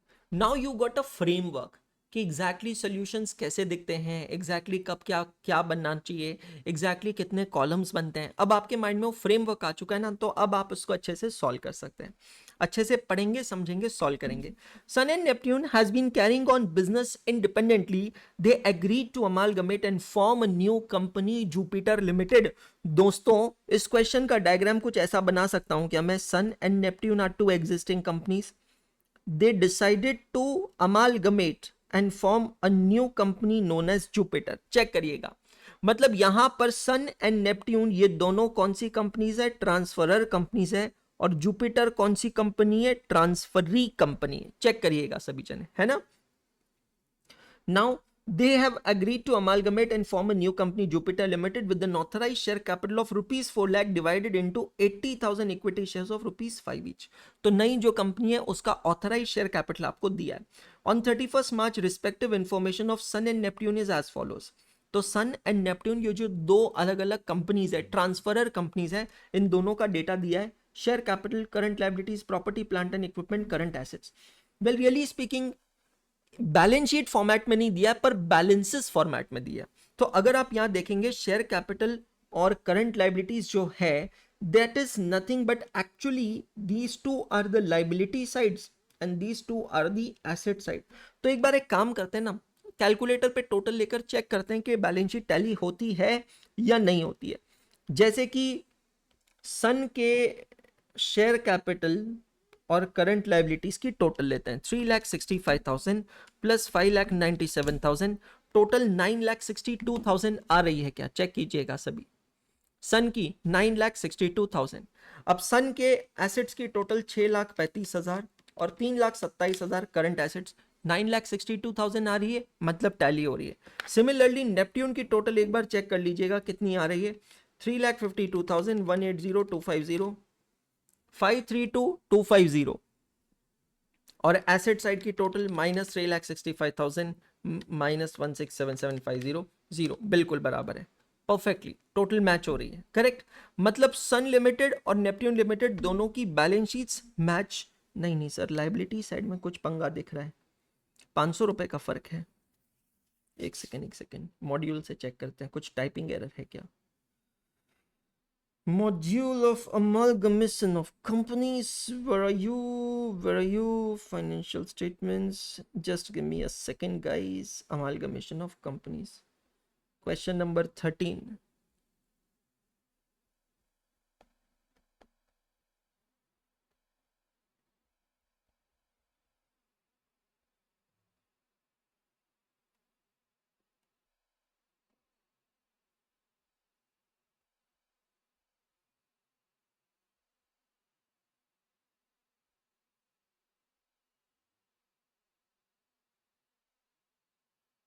ये रही टाइपिंग एरर, 3,52,500 है।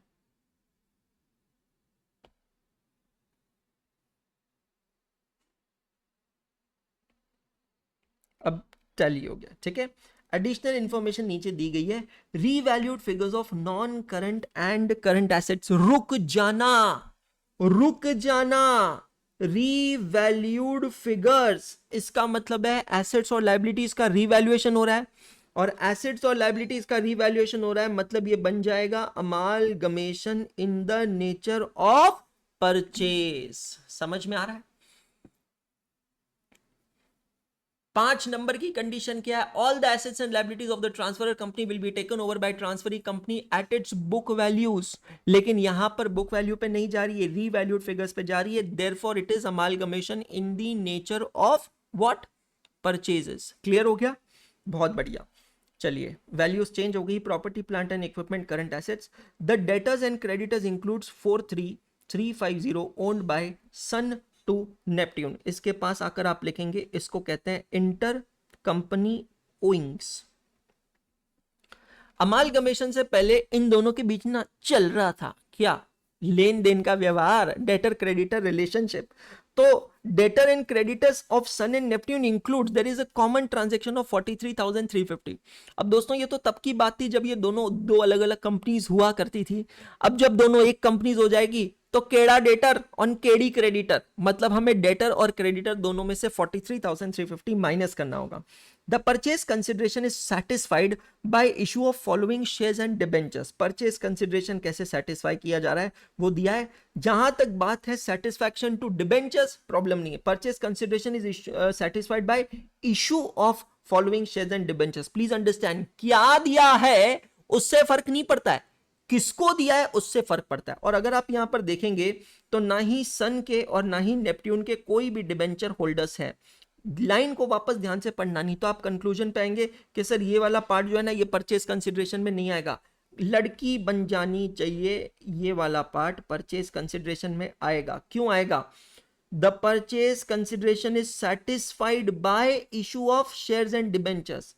बाय इशू ऑफ मतलब क्या दिया है उससे फर्क नहीं पड़ता है, किसको दिया है उससे फर्क पड़ता है। और अगर आप यहां देखेंगे तो यहां पर दोनों ही कंपनीज के सिर्फ और सिर्फ इक्विटी शेयर होल्डर्स हैं, या फिर मैं कहूंगा सिंपली शेयर होल्डर्स हैं, डिबेंचर होल्डर्स तो है ही नहीं। तो यहां पर नई कंपनी अपने ट्रांसफरर्स को शेयर्स भी दे रही है और डिबेंचर्स भी दे रही है, तो वो परचेज कंसिडरेशन में आएगा। You are required to compute the amount of debentures and shares to be issued by Sun and Neptune and amalgamated balance sheet of Jupiter showing the position immediately after amalgamation। तो purchase consideration भी calculate करना है और आपको अमालगमेटेड balance sheet भी बनानी है। Clear हो गया सभी को? और अमालगमेटेड बैलेंस शीट जब भी बनेगी तब वो पीसी और नाटो का वर्किंग नोट भी बनेगा। तैयार हैं सभी लोग? बहुत ही बढ़िया क्वेश्चन है, मजा आएगा क्वेश्चन को सॉल्व कर कर। चलिए, come to your registers, write down. सबसे पहले statement showing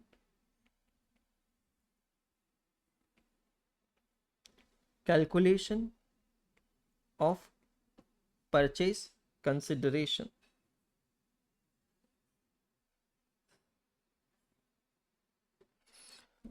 अब दो ट्रांसफरर कंपनी है और एक ट्रांसफरी कंपनी है, तो टोटल कॉलम भी बना ही लेते हैं, वो हमारे लिए सही हो जाएगा, क्योंकि फिर यहीं से हमें बैलेंस शीट भी मिल जाएगी। तो मैं पर्टिकुलर्स और दो कॉलम्स और बना लेता हूं, तो टोटल हो गए 3 columns.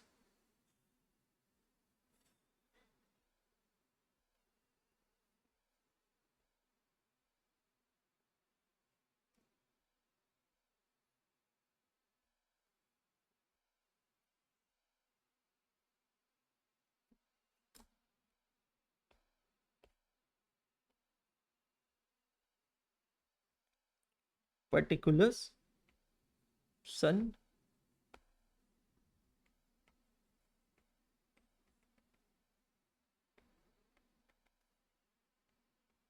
Neptune and total.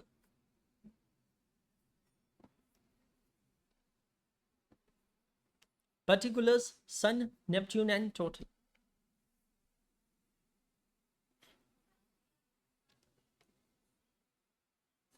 Okay, purchase consideration का पॉइंट पढ़ते हैं वापस, जो नीचे दिया है एक एक करके। The purchase consideration is satisfied by issue of shares and debentures. ठीक है, सबसे पहले 60,000 equity shares of Jupiter Limited to Sun and Neptune in the proportion of profitability of their respective business based on average profit of the last 2 years। Same point हमने पढ़ा है पहले एक question के अंदर, बिल्कुल डिट्टो सेम पॉइंट पढ़ा है ना। तो सबसे पहले हम लोग परचेज कंसिडरेशन कैसे पे कर रहे हैं, दो चीजें इंपॉर्टेंट होती है, क्या दिया है और कितना दिया है। ठीक है, सबसे पहले लिखता हूं मैं ए, कितना दिया है, issue of equity shares of Jupiter limited of ₹5। एक शेयर कितने का है, ₹5 का, इशूड एट पार। ठीक है, क्वेश्चन कहता है टोटल 60,000 शेयर्स दिए हैं, तो दोस्तों मैं 60,000 के कॉलम में जाता हूं, टोटल के कॉलम में 60,000 equity shares into ₹5, that becomes ₹3 lakh.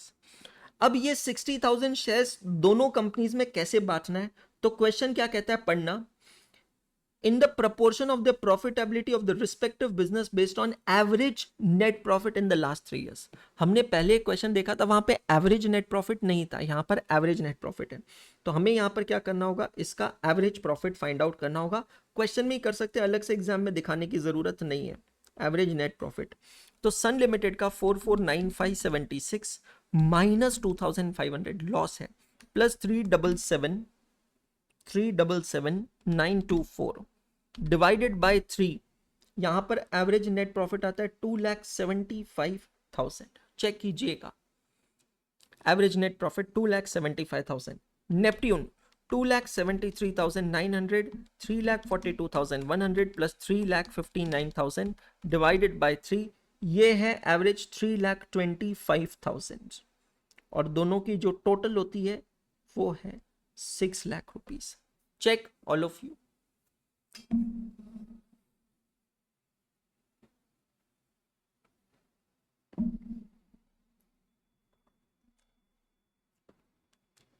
तो इसका मतलब है जो 60,000 शेयर्स हैं वो इस रेशियो में बांटना है। बहुत सिंपल हो गया हमारे लिए, क्योंकि 60,000 शेयर्स हैं, टोटल प्रॉफिट है 6 लाख रुपए।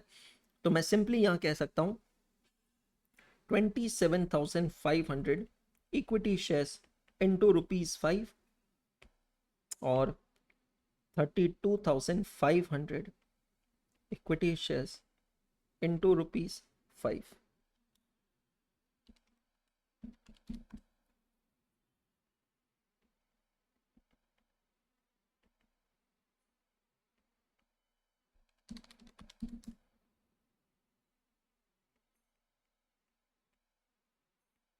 चेक कीजिएगा, चेक कीजिएगा। तो पहली चीज जो हम दे रहे हैं as a part of purchase consideration is equity shares of Jupiter limited. दूसरी चीज हम लोग क्या दे रहे हैं, 15% debentures in Jupiter limited at par. Okay,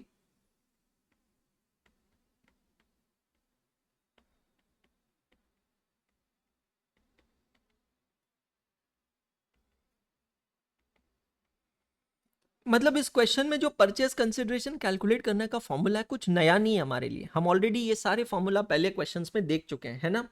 15% debentures in Jupiter Limited at par to provide an income equivalent to 8% return business as on capital employed in their respective business on 31st March 23 after revaluation of assets.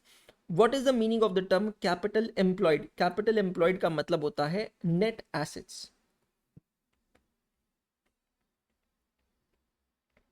That is assets minus liabilities. तो ये कह रहे हैं revaluation करने के बाद आप company की नेट एसेट्स निकाले, नेट एसेट्स के ऊपर एक्सपेक्टेड रिटर्न है 8% और उतना रिटर्न हमें मिलना चाहिए विद योर 15% डिबेंचर्स, तो उतने के डिबेंचर्स हमें देने, ठीक है। यहीं पर हम लोग कर लेते हैं कैलकुलेशन नेट एसेट्स का। नेट एसेट्स के अंदर हमारे पास यहाँ पर एसेट्स में क्या क्या है, प्रॉपर्टी प्लांट एंड इक्विपमेंट और करंट एसेट्स है।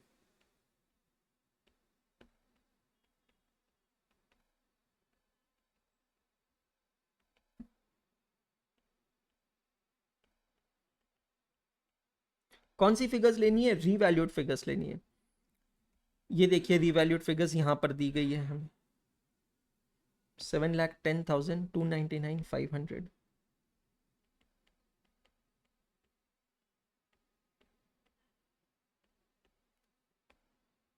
390, 157, 750।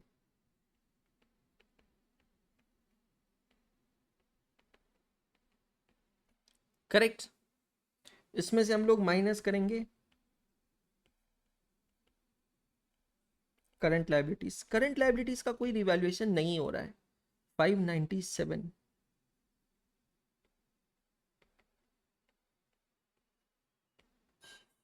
180,250। तो अब यहां पर जाकर हमको क्या मिलेंगे, नेट एसेट्स।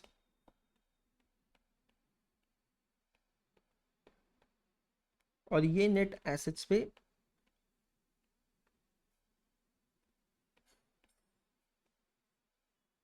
हमारा एक्सपेक्टेड रिटर्न है 8% का। तो 7,10,299,500 माइनस 5,97,000, यहां पर हुआ 4,12,500 इंटू 8%, 33,000। चेक करिएगा, 3,90,157,750 माइनस 18,250, 3,67,500 का 8%, 29,400। चेक करिएगा। अब ये क्वेश्चन कहता है, वापस समझना, कि हमें इतने के डिबेंचर्स देने हैं कि जब डिबेंचर्स पे 15% के हिसाब से इंटरेस्ट देंगे तो उनको इतनी इनकम होनी चाहिए, है ना। तो what is the value of 15% debentures to be issued.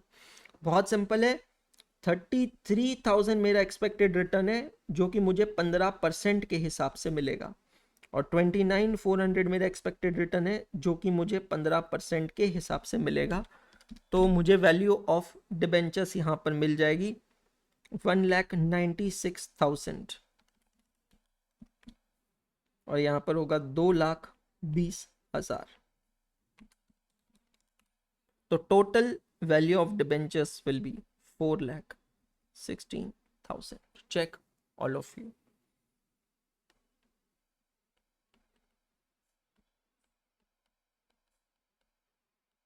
और फिर अब आप निकालेंगे total purchase consideration which is A plus B.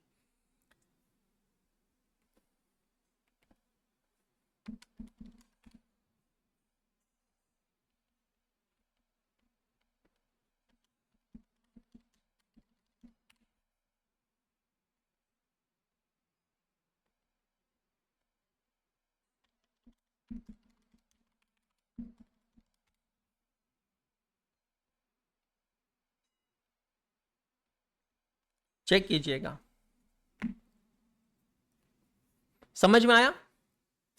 Calculation of purchase consideration सबसे पहला पार्ट है इस क्वेश्चन का, और ये बहुत क्लियर है कि ये amalgamation in the nature of purchases है, क्योंकि एसेट्स का रीवैल्यूएशन हो रहा है। जो कंडीशंस है वो कंडीशन ब्रीच हो रही है, वायलेट हो रही है।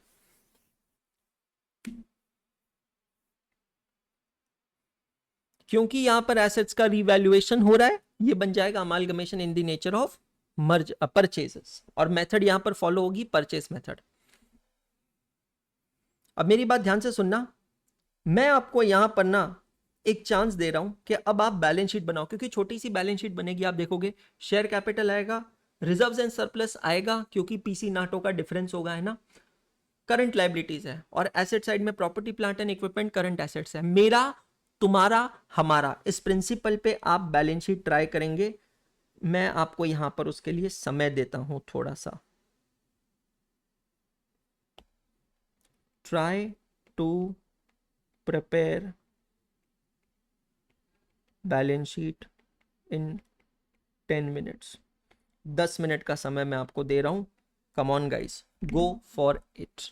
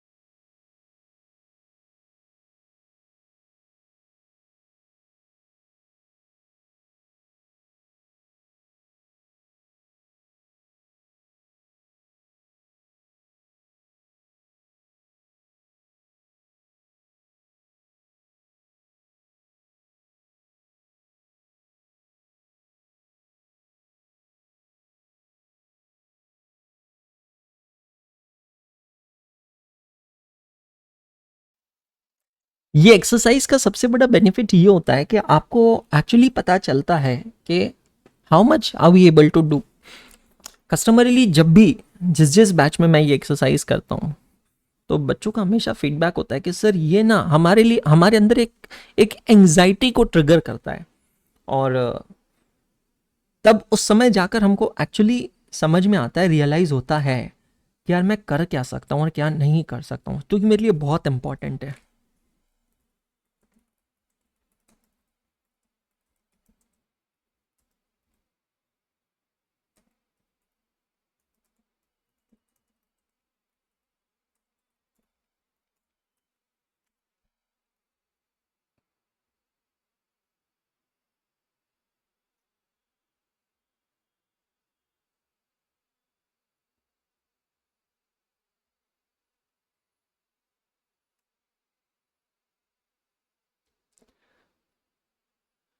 2 more minutes left।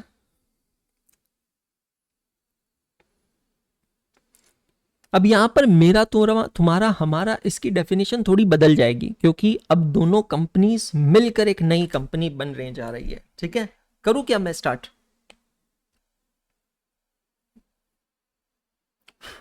अब वैसे अलग अलग कॉलम्स की ज़रूरत यहाँ पर है ही नहीं, क्योंकि यहाँ पर मैं पूरा समझाऊंगा बेटा, रिजर्व नहीं राजा, पूरा समझाऊंगा। यहाँ पर एक ही टाइप का अमालगमेशन है, वो पिछला क्वेश्चन अलग था। ठीक है, देखो सबसे पहले आएगा नंबर 1, इक्विटी एंड लाइबिलिटीज। हम लोग ये क्या बना रहे हैं? हम लोग बना रहे हैं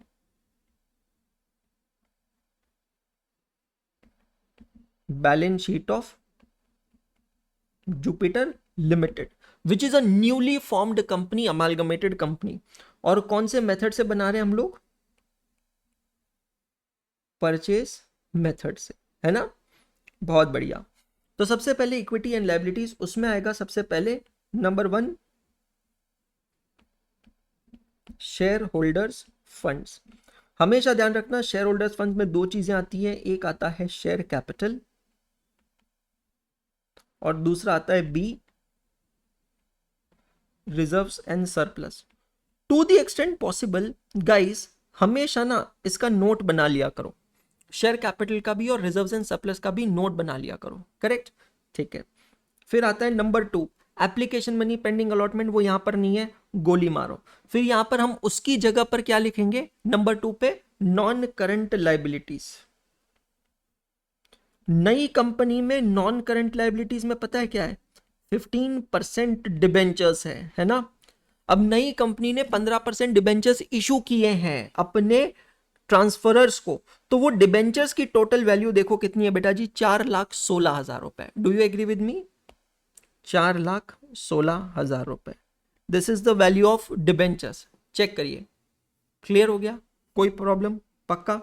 number 3, current liabilities. Current liabilities में किसी भी प्रकार का रीवैल्यूएशन नहीं हो रहा है, तो दोनों कंपनी के करंट लाइबिलिटी की टोटल लेते हैं। यहां पर देखिएगा बैलेंस शीट में क्वेश्चन में दिया गया है 597 प्लस 180,250, 5,97,000 प्लस 180,250, टोटल होता है 777,250, 777,250। अब यहां पर एक एक्सीडेंट पॉइंट है, रुक जाना। 5,97,000 प्लस 180,250 और इसमें से आपको माइनस करना पड़ेगा 4,3,350। वो एक पॉइंट हमने पढ़ा था ना इंटर कंपनी ओइंग्स का, कि दोनों कंपनीज के बीच में डेटर क्रेडिटर रिलेशनशिप है। तो अब ना ही वो डेटर बचेंगे ना ही क्रेडिटर बचेंगे, मतलब मुझे करंट एसेट्स और करंट लाइबिलिटीज इन दोनों में से इतना अमाउंट माइनस करना होगा। दोस्तों कभी भी ना रिजर्व्स एंड सरप्लस के चक्कर में, नाटो के चक्कर में अटकना नहीं, स्टेप वाइज मार्किंग का पूरा फायदा लेना है, तो क्वेश्चन में आगे बढ़ते चलना है। नंबर 2 आते हैं, एसेट्स लिखते हैं। एसेट्स में नंबर 1, नॉन करंट एसेट्स। समझ में आ रहा है? आप एटीट्यूड देखो, अप्रोच देखो, मैं आगे बढ़ता जा रहा हूं। नॉन करंट एसेट्स में आता है प्रॉपर्टी, प्लांट एंड इक्विपमेंट्स। अब प्रॉपर्टी प्लांट एंड इक्विपमेंट्स की रीवैल्यूड फिगर्स हम लोग यहां पर लेंगे। तो 7,10,000 प्लस 3,90,000 टोटल हो गया 11 लाख रुपए के property plant and equipments. Check करना 11 लाख रुपीस की प्रॉपर्टी प्लांट एंड इक्विपमेंट। फिर नंबर 2 पे आती है करंट एसेट्स। करंट एसेट्स में भी रिवैल्यूएशन हुआ है, हाँ जी, रिवैल्यूड फिगर्स लेंगे, हाँ जी, कितना है 299,500 प्लस 157,750 माइनस 43,350। 299,500 प्लस 157,750 माइनस 43350, ये होता है 413,900। 413,900। अच्छा, अभी मैं सजेस्ट करूंगा टोटल्स मत लेना, क्योंकि आपको पता है ना पीसी और नाटो का डिफरेंस गुडविल भी हो सकता है और कैपिटल रिजर्व भी हो सकता है ना। तो अभी हम टोटल्स नहीं लेंगे, पर आप समझ रहे हैं मोटा मोटी हमारी बैलेंस शीट यहां पर खत्म हो गई। And I am sure and I am assuming इतना तो सब लोगों ने किया ही होगा, इसमें तो कहीं कोई परेशानी नहीं होगी, है ना। अब यहां पर हम एक एक करके बनाएंगे नोट। सबसे पहले नोट नंबर 1, शेयर कैपिटल, ठीक है। Note number 1, share capital. Share capital में क्या आपको क्वेश्चन में ऑथराइज शेयर कैपिटल दिया है? अगर हां तो पहले वो लिखना पड़ेगा। ऑथराइज शेयर कैपिटल दिया है ₹4 lakh divided into 80,000 shares of ₹5 each. तो सबसे पहले हम लोग यहां पर आते हैं,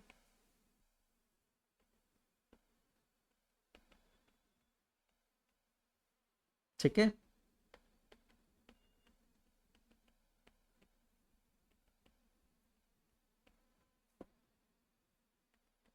ऑथराइज शेयर कैपिटल हम सिर्फ डिस्क्लोज करते हैं, उसकी टोटल को हम कंसिडर नहीं करते हैं। लेकिन अब कंपनी का issued, subscribe and paid up share capital कितना है? Issued, subscribed and paid up share capital. तो अब हमें वापस कहां जाना पड़ेगा? हमें जाना पड़ेगा हमारे परचेज कंसिडरेशन के वर्किंग नोट में। तो जुपिटर ने सन और नेपट्यून को मिलाकर टोटल 60,000 शेयर्स दिए हैं, तो वो हमारा परचेज कंसिडरेशन है, वो हमारा इशूड शेयर कैपिटल है। तो यहां पर आएगा 60,000 इक्विटी शेयर्स ऑफ ₹5 ईच। तो ये अमाउंट हो गया बेटा जी कितना? 3 लाख रुपए। अच्छा, अब ये 3 लाख रुपए का जो अमाउंट है, इसमें वो एक नोट याद रखना है, नॉन कैश कंसिडरेशन। और यहां पर फॉर्चुनेटली सारे के सारे शेयर्स नॉन कैश कंसिडरेशन के, तो यहां पर नोट आएगा आउट ऑफ अबाउ, या मैं कहूंगा ऑल ऑफ अबाउ तो भी चलेगा। All of above equity shares are issued for non cash consideration. जितने भी इक्विटी शेयर्स है नॉन कैश कंसिडरेशन के, है ना। तो मैं यहां पर face of the balance sheet पे आता हूं और ये 3 लाख रुपीस को भी यहां पर मैं लिख लेता हूं। चेक करिएगा, मतलब हमारे प्रतीक मिश्रा जी तो कहते हैं कि सर आप रिजर्व्स एक्सप्लेन कर दो। अरे पगले, तू अभी तक पहचाना नहीं है मेरे को, 18 लेक्चर हो गए ना। मैं रिजर्व नहीं, मैं पूरा क्वेश्चन एक्सप्लेन कर रहा हूं, पूरा क्वेश्चन सॉल्व कर रहा हूं। तो भाई बार बार यही कहूंगा, ट्रस्ट रखना पड़ेगा तो ही क्लास में बैठो, नहीं तो मत बैठो। साफ सिंपल सीधी सी बात है भाई, नहीं तो रिकॉर्डेड देख लिया कर, ट्रस्ट नहीं है तो सिंपल है, ठीक है। नोट नंबर 2 आएगा बेटा जी यहाँ पर रिजर्व्स एंड सरप्लस। और क्या है ना, मेरे को लिटरली बताऊं, मेरे को वो चीजें पटती नहीं है जहां पर सामने वाला मेरे को बताया कि तेरे को कैसा पढ़ाने का है। मेरे को पता है कि मेरे को मेरे बच्चों के लिए किस तरीके से पढ़ाना सही रहेगा, है ना। तो वो चीज मैं बता रहा हूँ। Note number 2, reserves and surplus. पर सर रिजर्व्स एंड सरप्लस तो यहाँ पर है ही नहीं। अरे भैया थोड़ा दूरदर्शी दृष्टि रख के बोल रहे हैं, रिजर्व्स एंड सरप्लस इसीलिए लिखा है क्योंकि कैपिटल रिजर्व आएगा यहाँ पर, है ना। क्लियर। तो इसके लिए 2 लाइंस में ब्लैंक छोड़ता हूं और फिर मैं लिखता हूं वर्किंग नोट नंबर 1, पीसी और नाटो का डिफरेंस, ठीक है। अब आप 2 तरीके से कैलकुलेट कर सकते हैं, या तो स्टेटमेंट फॉर्मेट में जैसा हमने पिछले क्वेश्चन में किया था, या फिर यहां पर आप नॉर्मल फॉर्मेट में भी कैलकुलेट कर सकते हो, ठीक है। तो चलिए कैलकुलेशंस करते हैं। पीसी और नाटो, मेरे पास 2 अलग अलग कंपनीज है, तो मुझे 2 पीसी नाटो निकालना पड़ेगा, है ना। 2 ट्रांसफरर कंपनीज है, नेपट्यून अलग है, सन अलग है। ये आ गया यहाँ पर पर्टिकुलर्स। तो पर्टिकुलर्स में सबसे पहले मैं लिखूंगा ए, परचेज कंसिडरेशन। दोनों कंपनीज का इंडिविजुअली मुझे परचेज कंसिडरेशन चाहिए। क्या वो मेरे पास अवेलेबल है? बिल्कुल है, बिल्कुल है। 357,500 एंड 358,500, 357,500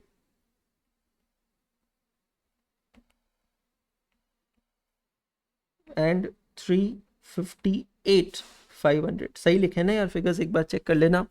357,500, 358,500 परफेक्ट है। अब इसको हमें कंपेयर करना है किसके साथ? बी के साथ। बी क्या है? नाटो। अच्छा अब समझना हम कौन सी मेथड में? परचेज में। तो परचेज में नाटो का मतलब होता है assets minus liabilities but at revalued valued, है ना? ठीक है। तो प्रॉपर्टी प्लांट एंड इक्विपमेंट है 7,10,000। मैं यहां पर कैलकुलेशन कर लेता हूं। प्लस करंट एसेट्स है 299,500, 299,500 की current assets, minus current liability है 5,97,000। समझ में आ रहा है? सन लिमिटेड की revalued figures of property plant and equipment, फिर बाद में current assets minus current liability, और एक चीज मत भूलना, एक्सीडेंट पॉइंट 43350 इंटर कंपनी ओइंग्स, इसको बिल्कुल मत भूलना, ये नहीं तो परेशान कर देगा बाद में, है ना? तो 7,10,000 plus 299,500 minus 597 minus 43350, is it coming to NATO? Is it coming to 369,150?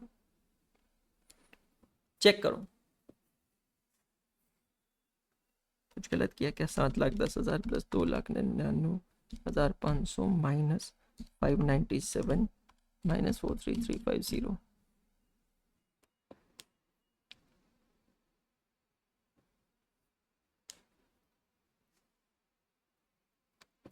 जिसने ये किया उसका आंसर गलत होगा।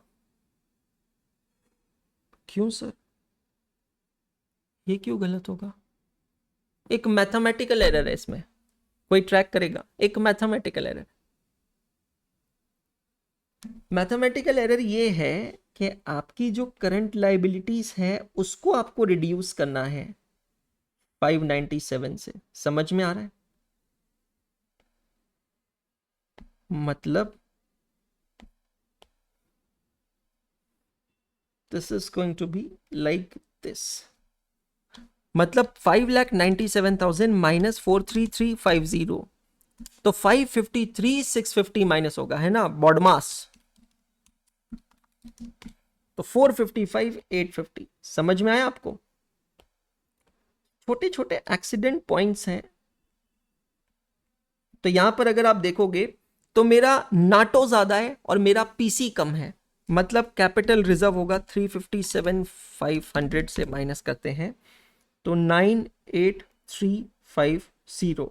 क्या है बेटा जी यहां पर? Purchase consideration is lesser, NATO is greater. Treatment क्या होगा? Credit to capital reserve account, correct? Credit to capital reserve account. Similarly Neptune के एसेट्स की टोटल लेते हैं रीवैल्यूड फिगर्स 3,90,000 प्लस, अब समझना, नेपट्यून के करंट एसेट्स हैं 157,750। अब मैं उसमें से 43350 माइनस करूंगा, एक के करंट एसेट से और एक के करंट लाइबिलिटीज से, और फिर current liabilities as it is 180,250। समझ में आ रहा है? डेटर क्रेडिटर रिलेशनशिप है, इसका मतलब क्या है? एक के करंट एसेट से और एक के करंट लाइबिलिटीज से।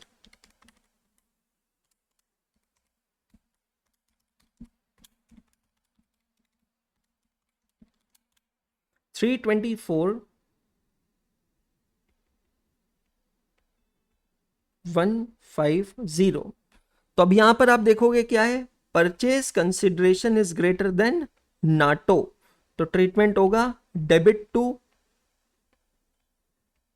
Goodwill account. तो कितने का डिफरेंस है?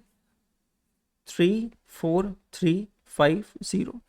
अब समझना, अगर आप जुपिटर लिमिटेड के पर्सपेक्टिव से देखते हैं तो एक कंपनी में कैपिटल रिजर्व है, दूसरे कंपनी में गुडविल है, लेकिन बैलेंस शीट में मैं दोनों को अलग अलग दिखा नहीं सकता हूं। अकाउंटिंग स्टैंडर्ड 14 कहता है अगर मल्टीपल आपकी अमालगमेशंस हो रहे हैं तो आप उसको मर्ज करके दिखाएंगे। तो यहां पर नेट इफेक्ट क्या होगा?